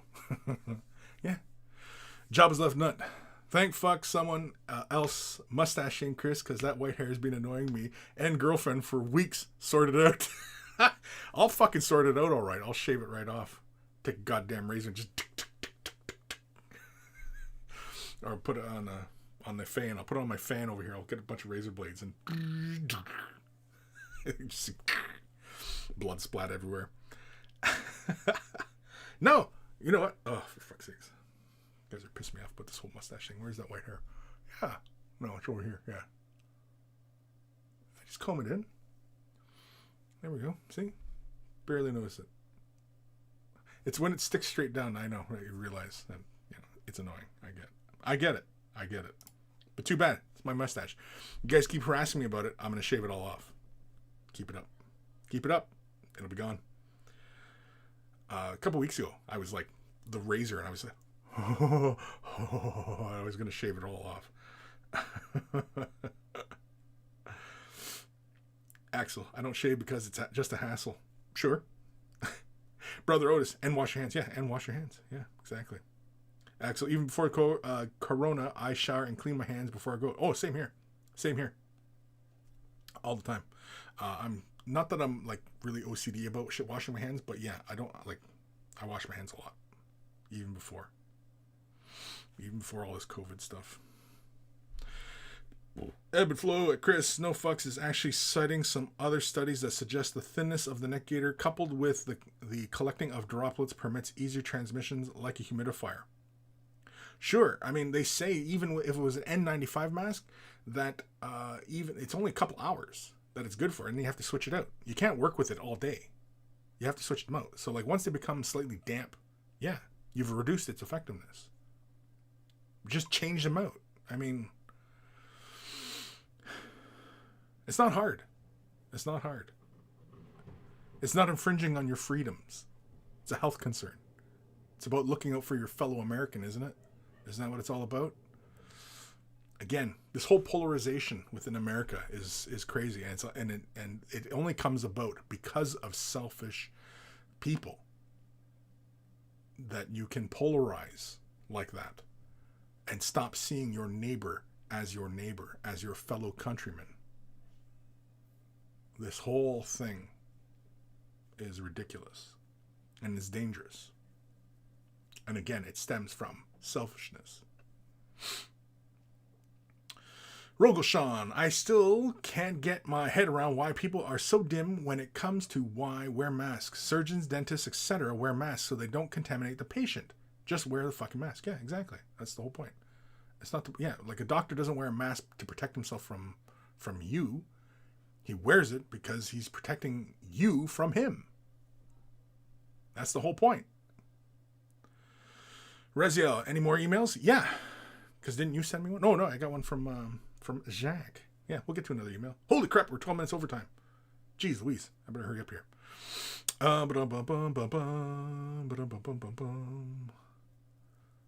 Reziel, shave it. I might shave it. You guys keep on me on this. I'm going to shave this son of a bitch. Thermicus. That's right. Here is why I nuked all my social media. My mental health went up tenfold. Definitely. Put this away. Turn it off. And just work on your models. Spend some time with your family. Read a book. Whatever. And yeah, you'll be 10 times better. Just let it go. All that social media stuff. And especially if you are somebody who is, well, I know a lot of Americans right now because obviously a big day's coming up. And, man, just, I know it's tough, but let it go. Especially if you're on the Facebooks and the Instagrams and the Twitters. And, Twitter and Facebook are really the big ones right now. Just let that shit go. Let it go. It's fine to stay informed, but holy shit. No fucks given. Basically, my point is we aren't really doing it correctly, which is a waste of time. We have the ability to do it correctly and not be locked down. That's all I'm saying. First of all, it starts with you. It's you. It's an individual choice. All you got to do is follow the rules. That's it. Who are you doing it for? Doing it for you or doing it for the person next to you? Right? That's what it is. Making it a political issue only caters to this polarized nature of where we're at right now. And it makes people forget that, aren't you all supposed to be one nation? Right? A collection of states under one banner. At least that's what I thought it was, right? Of course, that was a lie as well. I mean, you are talking to a Native American, so don't ever fucking forget that as well. Volkov, you worn your airbrush mask outside yet? No, mine's N95 rated. Yeah, mine's too. Mine's N95. But no, I've never worn it out. I have my Darth Vader mask, and I also have a cloth one as well. I've got a couple. We keep a box of them in the car, just in case we need one or whatever. But yeah, I mean, as soon as they start to feel damp, you change that. You change that shit out. Change it out. And if you're going with cloth ones, wash them. Have a few on you, especially if you're going to be out all day, or if you're going to work, job site, and you're going to be in, around a bunch of people. Yeah, have that shit on. It's not hard. It is not hard. Job is left nut. Shave it or boot polish it. One or the other. Boot polish it. Oh, to darken it up? Well, I know. I'm getting I've noticed that there's gray hairs coming in on my sides as well. The gray hairs are starting to come in. Reziel, you can always grow up back, Kris. Nice to say hi to the face now and again, like checking in with an old friend. Yeah. Except that old friend, I didn't really care for him. When I see him in the mirror, he's like, oh, you again. Oh, you. Oh, it's you again? Oh. No fucks given. I work at a hospital, and I'm not making political. You are focused on that. I'm focused on it? Well, I'm not focused on nothing. I'm in Canada. And we're only barely starting to see a spike up now. It's enough to make the province probably shut down and restrict again. But in America, I mean, I'm looking over the fence here. And I haven't gone back into the States. I usually go across the border left and right. And yeah, I haven't gone across because it's just too much of a fucking hassle to deal with. And yeah, it looks like a shit show from this side. From the outside, it looks like a shit show. You know, and why? Why is it? Why is it so hard? Why is the rest of the planet, with populations bigger than the U.S., and their numbers are so low in comparison? Any way you want to measure it, right? Just ask yourself that. Because it's a conspiracy? No, shut up with that. It's not a conspiracy. The whole planet got together on a conspiracy. Conspiracy is between a few people maintaining a secret or an agenda. Okay? For an entire planet to have an agenda, do you realize how many people know that information? How fast that information would just get leaked and people would know it? Like, secrets do only, like, the best way to maintain a secret is for only one person to know it and then that person to die. That's the only way you're going to maintain a secret. So, no. Let go of that craziness.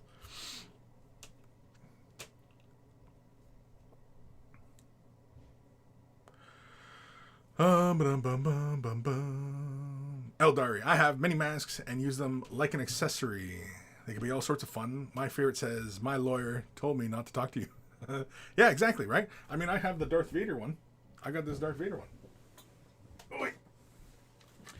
Yeah, and you can change out the filters and everything. Like, it's got a thing so I can pull out filter and swap filters. And then I just wear this. I just wear this son of a bitch, right? Luke, I'm your father. Although I gotta clean this off. I'm probably all dusty on my sides. Oops, shit. Am I all dusty on my shoulder? No, okay, I'm okay. We're good? How's my hair? My hair's okay? Alright. No fucks given. There are other social side effects like suicide doubling, spousal and child abuse rise, crime in cities going up. Anyways, I'm done. Yeah.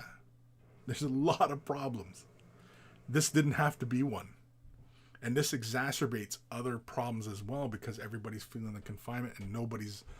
Because again, you have this... No, I don't have to wear my mask.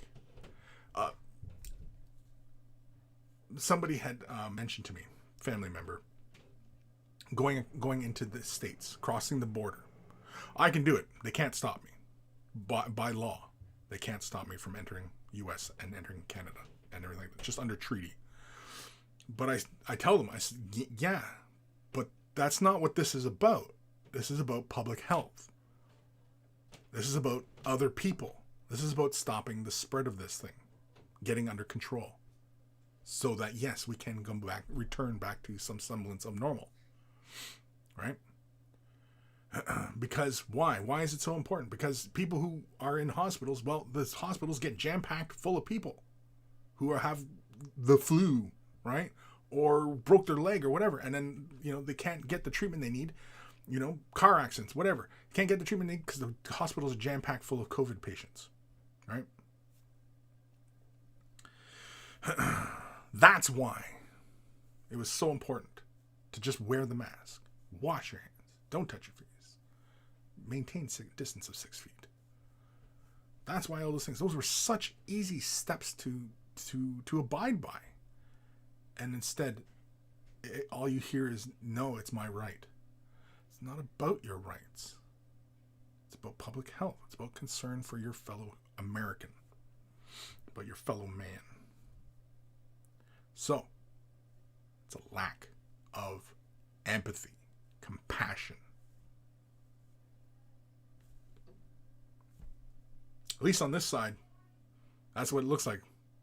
I mean, I'm looking over the fence watching this shit, and it looks pretty goddamn crazy from here.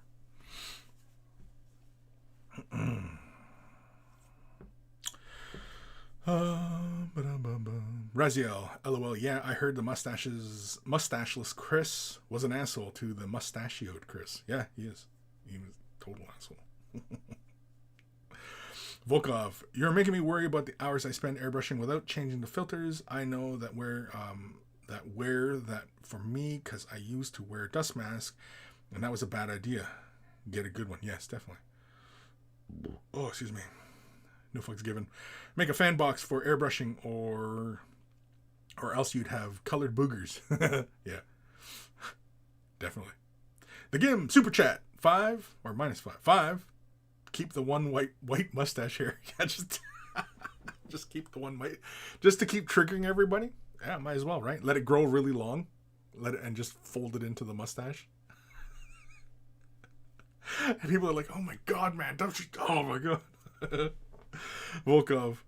Treaty lets you move back and forth. Can you work on both sides of the border too? Yes, I have a social security and social insurance number. Canada has a social insurance number, which is, your number to work and be taxed and all that. I also have a social security number, just like every other American citizen, that allows me to work, be taxed, and live. And yes, I can live and work on both sides of the border, because it's recognized by those treaties that both sides are my home, because my nation was here first, and England and America drew that imaginary line through my territory. I have family on both sides, all over. So, yeah, that's why. Oh, man. Razia, oh my god, so tired of talking about COVID in general. This topic is just full of bullshit on all sides. No, it's not. Only one side. Health. And protecting people. That's it. That's it. There's no other side than that. When we're talking about a pandemic, a disease running through the populace, it's a public health concern. It's a concern for your fellow people. That's it. There is no sides to it. That's the only side. There's only one side to it. That's it. There's no other side. It's not a conspiracy. It's not infringing on your freedom. That's it. It's a public health concern. Helping your fellow people.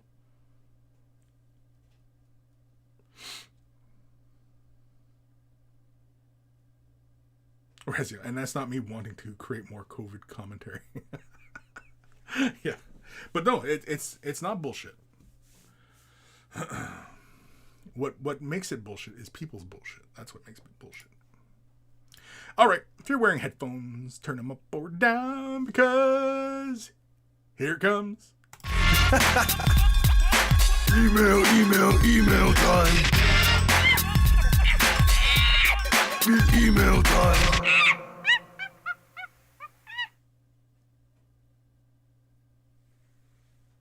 Make it stand straight out. Oh yeah, I'll bring it right into the center here. Here, I'll brush them all forward, straight down. There we go. Right in my mouth. I guess I can remove the thing. Everybody's probably triggered as shit right now. This one is from our good buddy Eldari, aka Zach. Monkey Lord, the time is nigh for me to enter my first painting competition, put on by one of my FLGS in celebration of their 1-year anniversary. There are 3 prizes, for which you'll get store credit for scale 75 paints, depending on how you place. The rules are straightforward. Any model on a 40mm base or less. So I ordered this Fallout New Vegas Ranger when the pandemic started for a little fun project and finally had reason to get onto him. get onto them. Jeez. All in all, it's been a fun project, whether I win or not, as it gave me the chance to really work on some realistic effects on the model. Scratches on the helmet and leather duster, the jeans, etc. And a nice break from painting elves. The first 4 pictures are the final product, and the other pictures are pre-weathering. CNC is always appreciated. Eldari, aka Zach. P.S. This ranger does have a big iron on his hip. A big iron on his hip? An iron. Like an iron? Hansel. Alright, so. I like the highlighting on the pants. Oh, the leather looks really good. Now, I know you've been keeping everybody kind of up to date on, how this is going. Oh, yeah, that's really nice work on the coat. I like your highlighting there.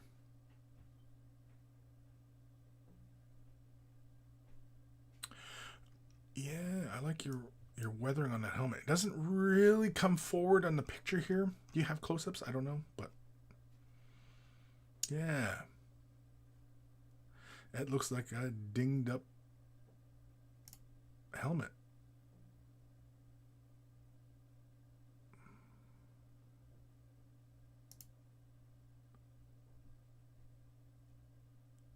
Almost looks like he's wearing Mandalorian chest armor.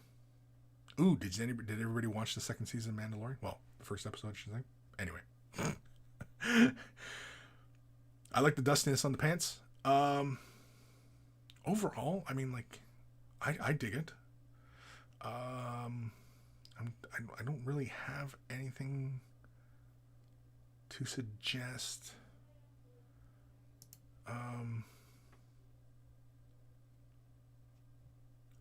I think in the future, when applying highlights, for example, on your pants, see how, like, from this angle, we have a very uniform kind of appearance to the highlights.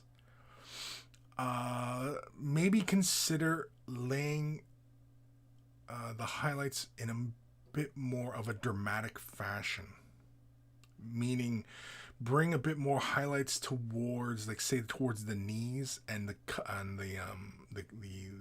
ankle of the pant, right? So you kind of have these two areas of transition with maybe a little bit of emphasis on, say, close to the crotch, just where all the high folds are. Dependent upon how the orientation of the pants. Like, you see how, like, for example, like the highlight on the leg on the right, see how that highlight runs up from the ankle towards the calf? It's underneath that coat. So would that highlight be as intense as, say, the highlight on the leg on the left? Right? These kind of things. I'm not saying don't highlight it in this fashion, but taking a bit, I guess if your goal was to be a bit more realistic here, then how light plays on the surface really is the consideration, right? Versus, because, I mean, like, when you go for realism, then you kind of have to, you're either all in or not kind of thing, right? Because when viewing something and the goal was to go for a realistic approach, then through that lens, we tend to judge the entirety of it looking like it's real.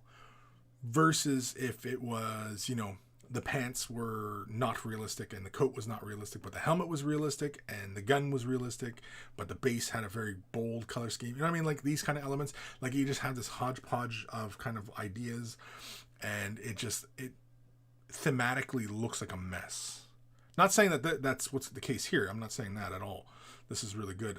I think you have a nice balance. I think the gun could have used a bit more of love,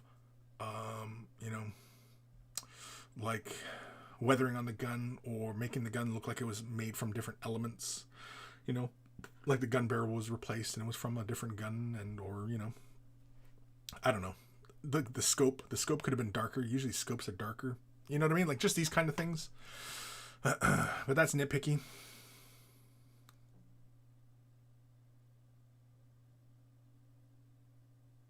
Overall, though, I mean, this is really good work. I like your freehanding on the helmet and the collar. I think your highlighting on the vest could have been a little bit more dramatic. Just a little bit more edging on some of those points. That was it? I thought there was like a work in progress thing. Didn't he say it was a work in progress? But really good work, Zach. I like it. I think if you were going for a bit more of a realistic tone, I think the pants could have been more desaturated. I think you could have took something like a little bit of a bone color and mixed it into that blue. Just knock it down a couple values. Especially if you were going to go for like kind of worn, like if the knees were worn out or the thighs were worn out or the ends of the pants were tattered and worn out. You know, you could have went in with some light bone color, kind of off-white, thinned it down, you know, and applied it to those areas or built it up in those, or even blended when you were laying the base coat down. You could have also done that to create that faded jean look. Typically, the faded jeans often have, you know, slight kind of browning quality to them. But really great work. Has the competition... Oh, that was before the weathering, those last ones. Okay, I get it. Oh, okay. I probably should have been looking more at this photo where the final one was. But you don't have the same angle. I see. Yeah. Okay, here. This is the final one. Yeah, see, these ones are... The last picture was a bit... was a bit clearer as to those pants. Yeah, see, I can see the fadedness on the thigh and the ends of the pants. Yeah, that's really good. Yeah, see, from this photo here, the highlights don't seem quite as uniform. I think that's really what I was kind of getting at, was the more uniform highlighting. And especially if you're going for more realism, right?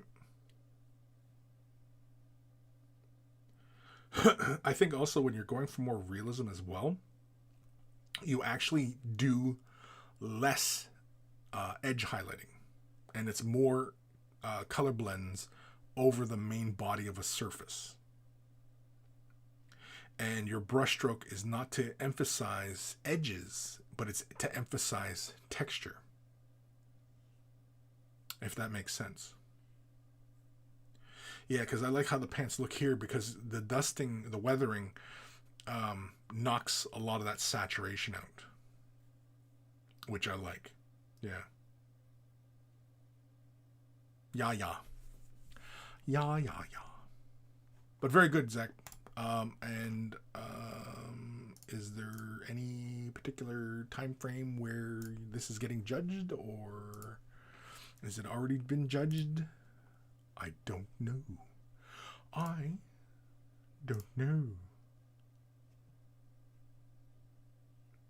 Brother Otis, the base looks really cool. Yeah, I like the base. Looks good. I think it all works really well.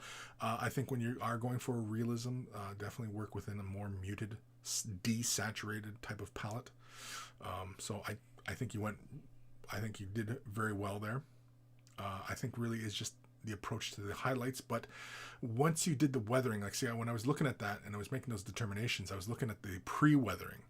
And so the post-weathering photos really what I should have been looking at. But the post-weathering photos wasn't as clear. Because, I mean, on my screen, I'm looking at it, and it's not quite as clearly defined. And, yeah. So, anyway. Ba-ba-da-ba-ba-ba-bum. Sheldon Sawyer. Hi, Uncle Nietzsche from Colin Corbin. Hi, my boys. Hopefully you guys are being good. Listen to your mom. Otherwise, you can get your ass kicked. You're going to get your ass kicked. It's my nephews. No fucks given. Where do we send emails? It is in the description below. Kris at wayofthebrush.com. If you're going to send pictures, send them as attachments. Don't send them off as links to other sites. Please do not. And let's have a look at our last email. This one is from Raziel. Kind enough to send us... Oh, yeah, because we were talking earlier about the copper. And I wanted to see some pictures, and he was going to make some coffee. And so he took some pictures. So let's have a look. As requested, my attempt at making copper without copper. Ooh, copper without copper. Vallejo Game Air Glorious Gold, and then Airbrush Fugen Orange. Fugen? How do people say that? Fugen or Fugen? Fugen? Anyway, orange on top. I have plenty more work to do on these, of course. After the wash layer, they are very matte, for starters, so I will satin or gloss coat them. I'll also brighten up in spots and add some verdigris. Inspired by, but not meant to fully copy the Minotaur's chapter color scheme. Let me know what you think. Rezial. And so here are the copper bits. Very, very interesting. Here they look more like an older gold. Let me switch cameras here. Yeah, there we go. It has a bit more of a gold feel. Now, I mean, that might be just the way it reads on the screen. And maybe to your eye, it looks very, very copper. Like I see like the shoulder pads, they look very copper. But I'm looking at like, say, the upper armor plates, like the top plates of the model. The carapace, I guess, is what it is. Anyway, those look more still like glorious gold versus like the shoulder pads. The shoulder pads look more coppery.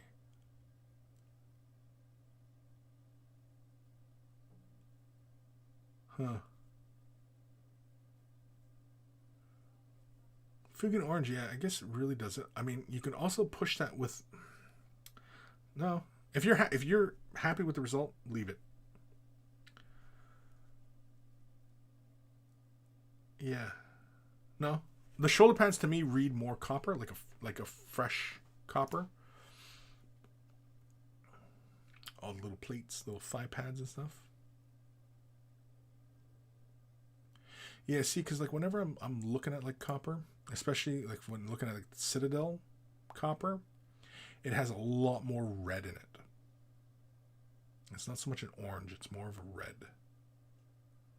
I was gonna recommend using more of a red, but no. I mean, if you're happy with how it's going, keep going.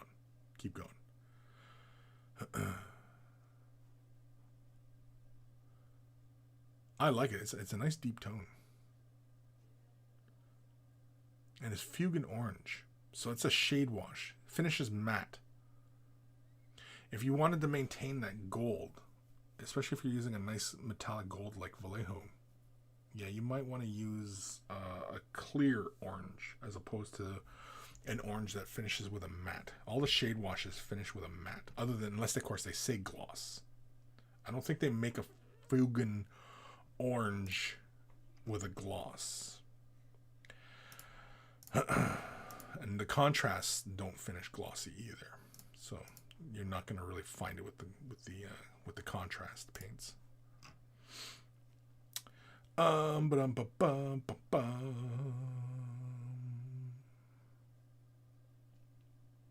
Where the hell am I? The GIM. I can see the copper maybe needs a bit of green tarnishing to drive that home. Yeah, well, again, but I mean, like when copper is that value, it really is more of a brand new copper as opposed to an older copper. Older copper, right? Especially when verdigris is building up on it, the oxidization. It tends to turn more towards, darker reds, browns, right? It pushes more towards that color, especially when it's oxidizing, So, but again, you can have it that value of color and still have the verdigris. It could be silver with the verdigris. It could be purple with the verdigris. You know what I mean? Like sci-fi reasons. You can make it up for sci-fi reasons. Really, ultimately, you're playing with color. These are artistic choices, right? Getting really kind of nitpicky about realism within this made-up sci-fi universe, it doesn't make sense. And you just, what I mean? Like if you're gonna apply real world sci-fi reason or real world things to made-up sci-fi stuff, then you got to be consistent and apply it uniformly, right, and rationally. And made-up sci-fi stuff always falls apart under that kind of scrutiny because it's sci-fi, it's story. So you can do whatever you want. Again, said it a million times. They're your models. You bought them. You paint them however the hell you want. The gold or the copper, it looks more like a rich gold as opposed to a copper. A slight shift in towards red would make it look a bit more copper, but that's me being, kind of narrow about what copper looks like, right? If you're happy with it, keep going. Keep going.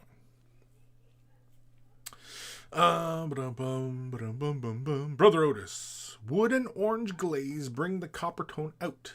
It looks good as is, I think. An orange glaze? Well, that's what he's doing. He's using an orange. He's using Fugan orange. It's a shade wash, but shade wash finishes matte. And so, it's going to kill that metallic luster. But if he doesn't want that, then all the better, really. So, but yeah, copper typically, like when you look, like if you look at GW's copper, I mean, it's red paint with gold flecks in it, essentially, right? So, no fucks given. I sent some. You sent an email? Did you? Cool. What time we at? Holy Carmelis. Better hurry up here. We're 42 minutes OT. Reziel, I might throw down some Reichland Fleshshade. Reichland Fleshshade, actually, if you went with the gold, or even if you started off with a silver and went with a Reichland Fleshshade, you probably could build towards a very convincing copper. And if you even started from a silver or gold and you were very controlled, especially if it looks like you're applying it by airbrush, and if you create that slight fade, whichever direction, getting darker this way or getting darker that way, right? You can create a very interesting look, Like when you're using an airbrush, it doesn't have to be just simply spraying it on the surface, right? You can actually be, quite controlled in how you lay it onto a surface and where it goes and everything like that, right? Oh, okay. And comments, blah, blah, blah. Brother Otis, maybe a reddish glaze. Yeah, a slight red. I mean, we're talking like you're probably better off mixing it into the paint and applying it. But like using Rezio said, like Reichland Fleshshade. Reichland Fleshshade actually would be pretty good because Reichland Fleshshade has got a very brown red hue to it. When you just use it on a white paper, you see that you look at the color, what it gives you. Yeah, it's a very brown red. It's a terracotta, and that's what copper tends to look like, is a terracotta. It's got it pushes towards a very light brown with red and orange qualities, right? Typically with copper. But again, when you push the idea that it's oxidized and aged, well, copper tends to get browner and redder slightly. More brown than red, but it gets deeper in tone as it ages and oxidizes. And then, of course, the verdigris builds up on top of that. Typically. Rezio, I think the top coat will bring back the luster. You're going to end up fighting back and forth quite a bit. Versus if you would have worked from gloss to start with, and then if you wanted to knock it down with a matte, that would have been a better route. Starting off with matte and trying to build a gloss on top of it, it's not going to come all the way back. Not what you could have gotten starting off gloss. The Gim, I can see more red too, like a fresh penny. Yeah. Rezia, it's definitely more reddish in person already. Yeah, see, and that's why I was kind of leery about, kind of suggesting altering what you're doing.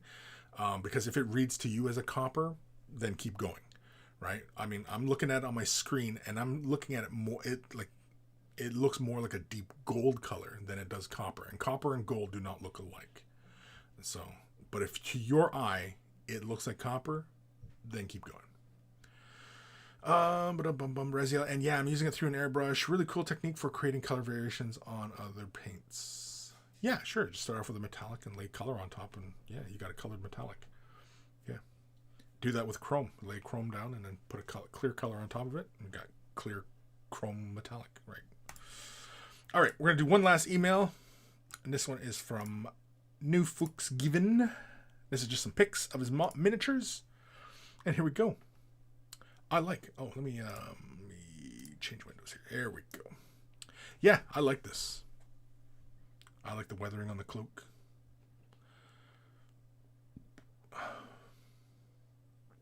Clean. Despite being very weathered looking. Like nice even highlights. Like the edge highlights and such. Is the robe on the upper portion sculpted? Like, did you sculpt that? Or is that just the way the paint looks? That looks almost like you sculpted that. Outriders. Very cool. Head swap on the guy on the left. Like the bases. Like the texture. Oh, are these guys Death Watch? Is that what's going on? Oh, they're Death Watch. Gotcha. Or, yeah, I guess I could have known by the big Inquisitor symbol on the hood.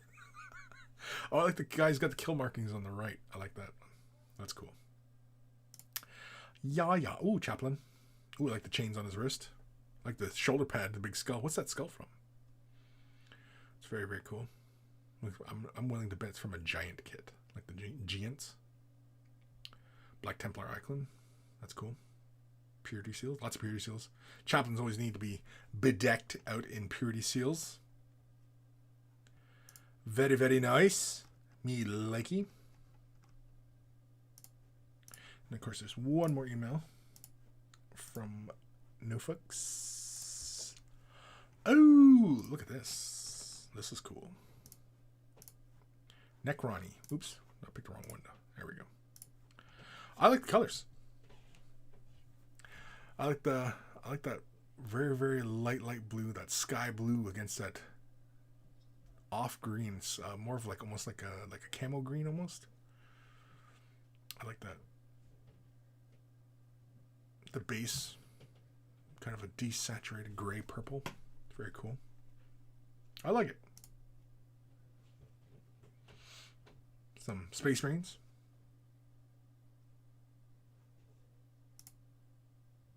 Some guy pointing his gun at me.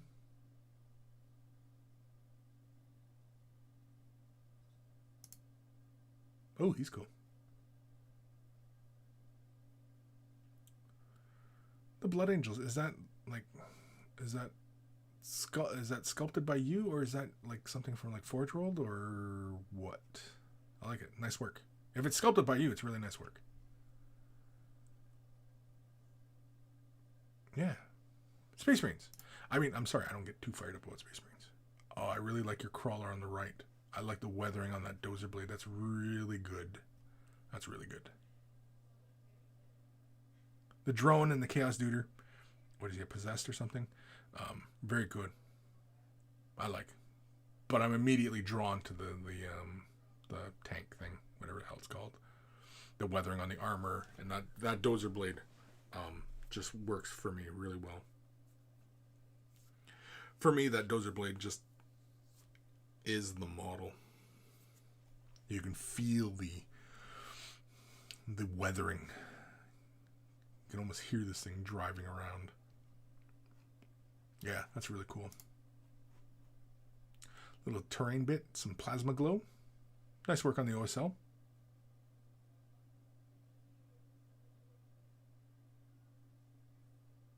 On the lower portion of the OSL, it is like mostly logical. I like the weathering. Very good texture on it. But like say this back where the ledge there, the light really wouldn't gather that close to the main, like close to the rails. It actually more along on the outer portion there would be glow, right?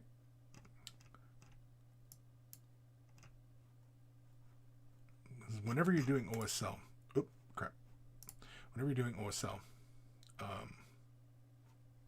it's always thinking about how light moves, emanates, and of course light travels in one direction from its source, right? I mean, yes, light does bend, and yes, light's wave, but yes, very, very cool. I like it. Any last comments here? No fucks given. Yes, I sculpted some on the Chaplain. It is a Blade Guard Ancient. Oh, okay, cool. The skull is from the skull box from GW. Oh, okay. Oh, Brother Otis, it's a skull from the GW base. Okay. The Blood Angel shields are from Pop Goes the Monkey. Oh, okay, so the 3D print. Very, very cool. Lundy Eft. Hey, Lundy. Jabba's Left Nut. That's good Death Guard painting. Yeah, I really like. I can't remember what that tank thing's called. Crawler, some kind of plague crawler, something like that. Really nice work on that dozer blade, though. The weathering was spot on. The color, the saturation, the hue, to really give you the impression of that aged hazard marking on it. Really good. And the weathering and the streaking, it was not a very uniformed approach. You know what? Let's go back to it here, because we can talk a little bit more about it. Where is it? Yeah, it's just really, really good work. Again, not to sound really gushy or anything like that, but see how the yellow has the very deeper tones moving up, gets lighter and faded. It's not a saturated yellow. The black is not a saturated black. You can see there's some slight color variance in it. The weathering, see how it's uneven? There's no consistent weathering. See the pock marks on the lower left. See, there's no runs, there's no streaks there, but on the right you see streaks, right? It's a very organic feeling to it all. The verdigris on the icon,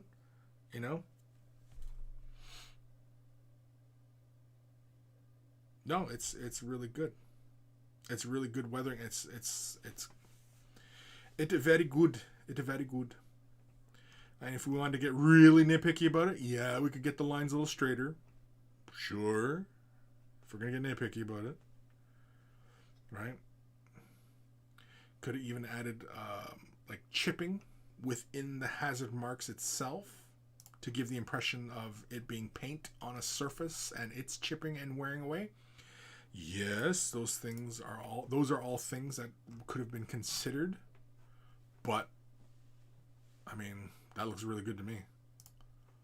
I like it. It looks good. And I'm sure No Fucks Given is happy with it. No Fucks Given. OSL is still something I'm learning. Oh, yeah. Every day. The Gim. Gotta go. Going to tell the wife how Kris made fun of her height. So this might be his last show. I hope you all enjoyed it. Yeah. She might kill me. I don't know. Might get a pillow over my face. James Kent just got here. What I missed so far? Everything, because I'm ending the show. It's done. We're done. Brother Otis, beautiful work. No fucks. Yeah, it is wonderful work. Brother Otis, James Kent, not much. A rant about COVID and Sean Connery's marital aid techniques.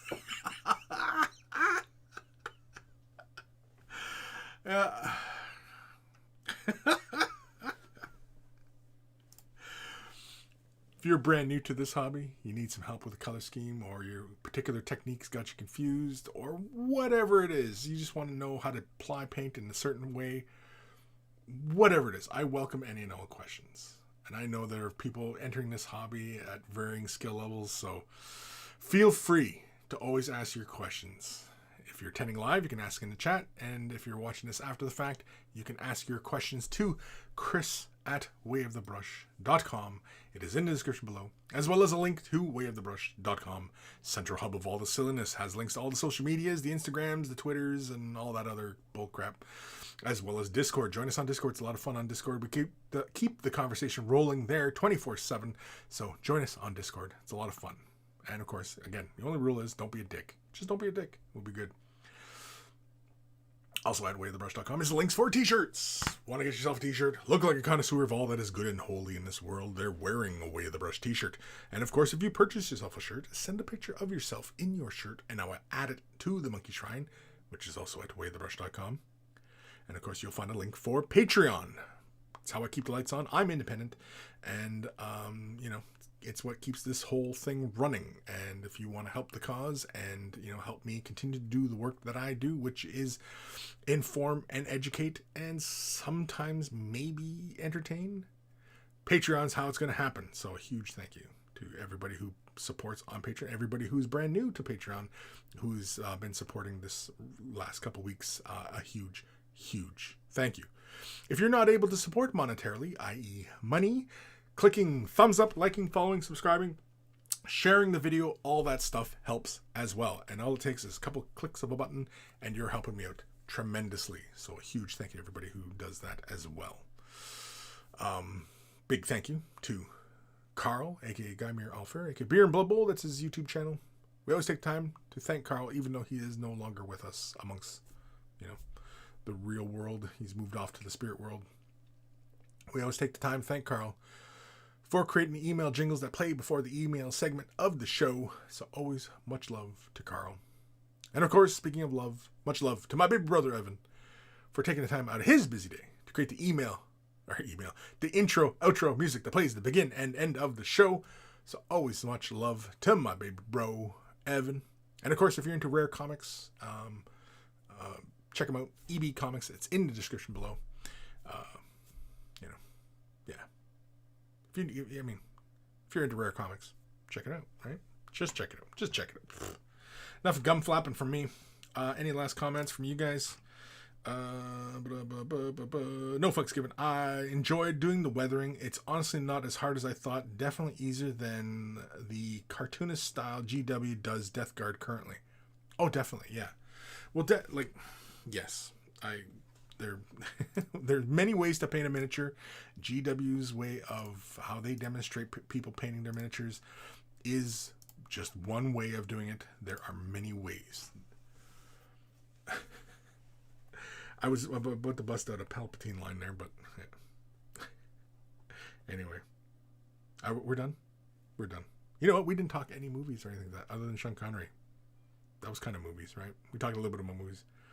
We didn't even talk about Mandalorian. I was going to talk about Mandalorian. I won't. Second season began yesterday. So if you haven't watched Mandalorian, and if you are a sci-fi fan, what are you doing with your life? I guess really, because who hasn't seen Mandalorian by this point? Who's ever into sci-fi? Although my son's friend, he's not really a big sci-fi guy, but he wanted to check out Mandalorian. He's always been curious about it, and so he actually binged it all yesterday, and he liked it. He said, "Do I need to watch Star Wars before getting into Mandalorian?" And we both emphatically told him no. And he watched it, and apparently he enjoyed it. So it is kind of for everyone. It's a Western. Anybody likes Westerns, right? I mean, that's what it is. And this brand new episode, spoiler, it leans very heavy into being if you didn't understand that this show was a Western, again, I consider you're intelligent. I would, yeah. I completely lost my train of thought there. I would question your intelligence and your ability to process information. But yeah, it's a Western, and the episode yesterday was leans very heavy into that whole Western vibe. The trope of the gunman entering into a small town, as he slowly trods in, right? Again, anybody who's not watching the show, I don't know what you're doing with your life. I don't know. I just don't know. I can't help you. I honestly can't help you. You're a lost cause. That's an awful thing to say. Jabba's left nut. No plot spoilers. No. That doesn't spoil any plot. Hold on, let me get my white hair here. Smooth these over here a bit. There we go. I might shave this off. Yeah. Or I might just leave it just to trigger y'all. And just let that sumbitch just grow. Just get really long. Jabba's left nut. Haven't seen any of it. No? Jabba. Jabba. Jabba, Jabba, Jabba. Jabba, Jabba, Jabba. Jabba, Jabba. Anyway, okay. I'm rambling at this point now, so I'm done. There's no other words of wisdom from everybody. So take care of your brushes. They'll take care of you, and I will see you guys later. Maybe. Maybe I'll shave next week. Maybe.